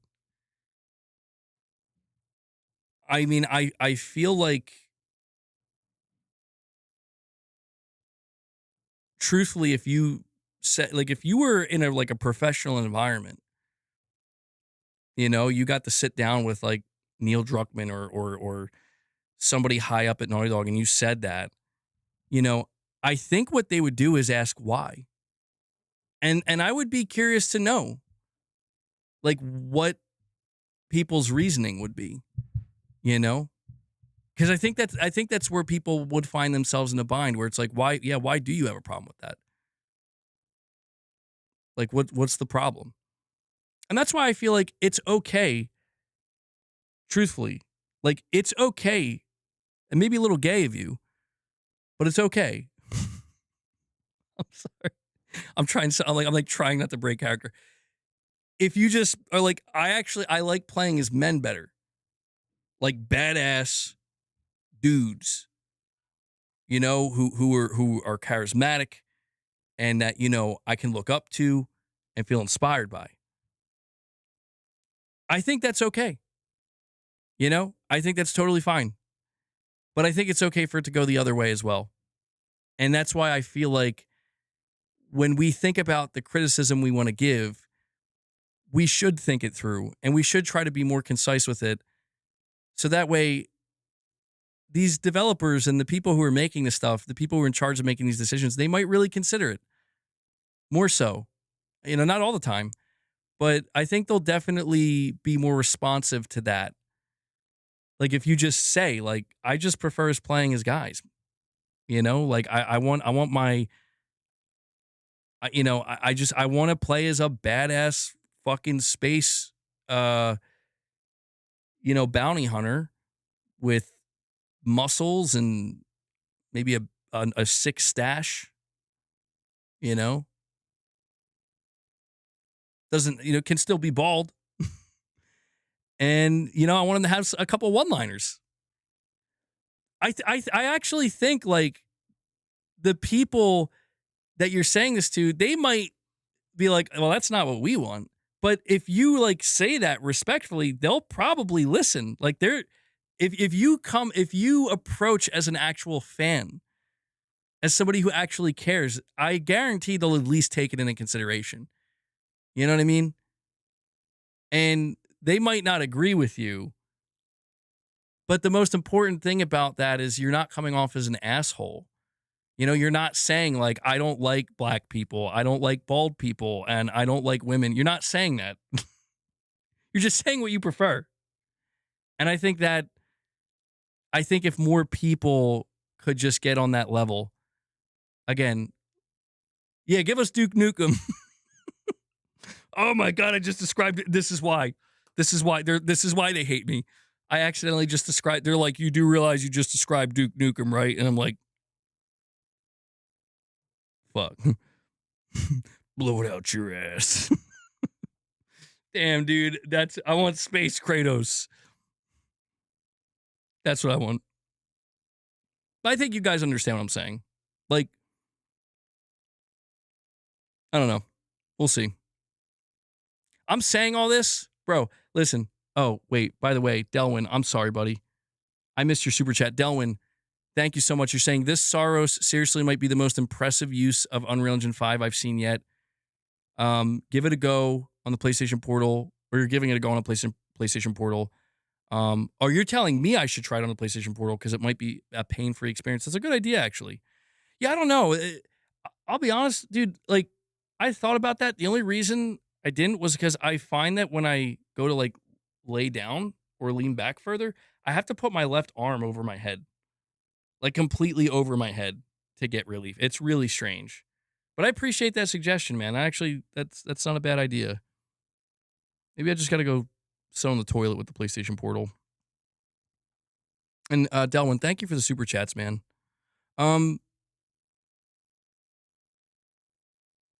Yeah, I guess just, in conclusion here, I'm saying all this. Wolverine's going to come out and they're going to do something totally out of pocket with Wolverine, where he's like some little bitch, some little pansy. He's like, I mean, I'm kidding, of course. We saw the trailer. That's not what they're doing. Yeah, I see you, Ghetto God. MBG, if the only factor that entitles you the ability to have sexual relationship or marriage is age of consent, then would that also... Okay. Should have read that one out loud. If we go by that frame of reference, that's fucking insane. Tarnished, I'm ending the stream. All right. Guys, that is going to wrap up today's stream. The pain is definitely getting me. I can no longer continue to hold this microphone. Before I head out, though, the Wolverine is a narrative game for short kings. There we go. Hell yeah. 5-3 Wolverine. Guys, thank you so much for tuning.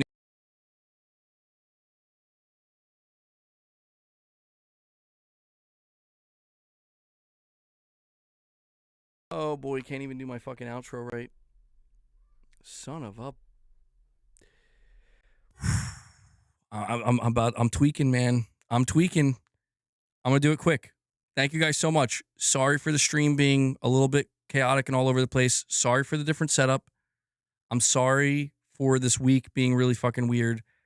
I'm sorry that my neck hurts so bad. I really hope it feels better. If I'm feeling up to it, maybe we'll do a little bonus tomorrow. If not, we'll be back here Sunday.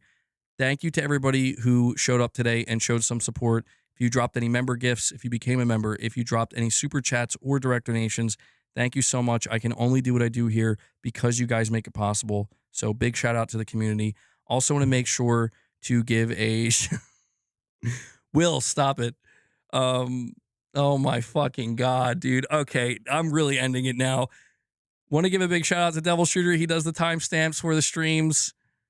If you see him in the comments with those timestamps, give him some love, show him some thanks. I know he appreciates it. Devil Shooter, thank you for what you do. Guys, please enjoy the rest of your day. That's it. I'm out. I'm going to go take some more medicine. All right. I'll catch you in the next one. Till then, take care.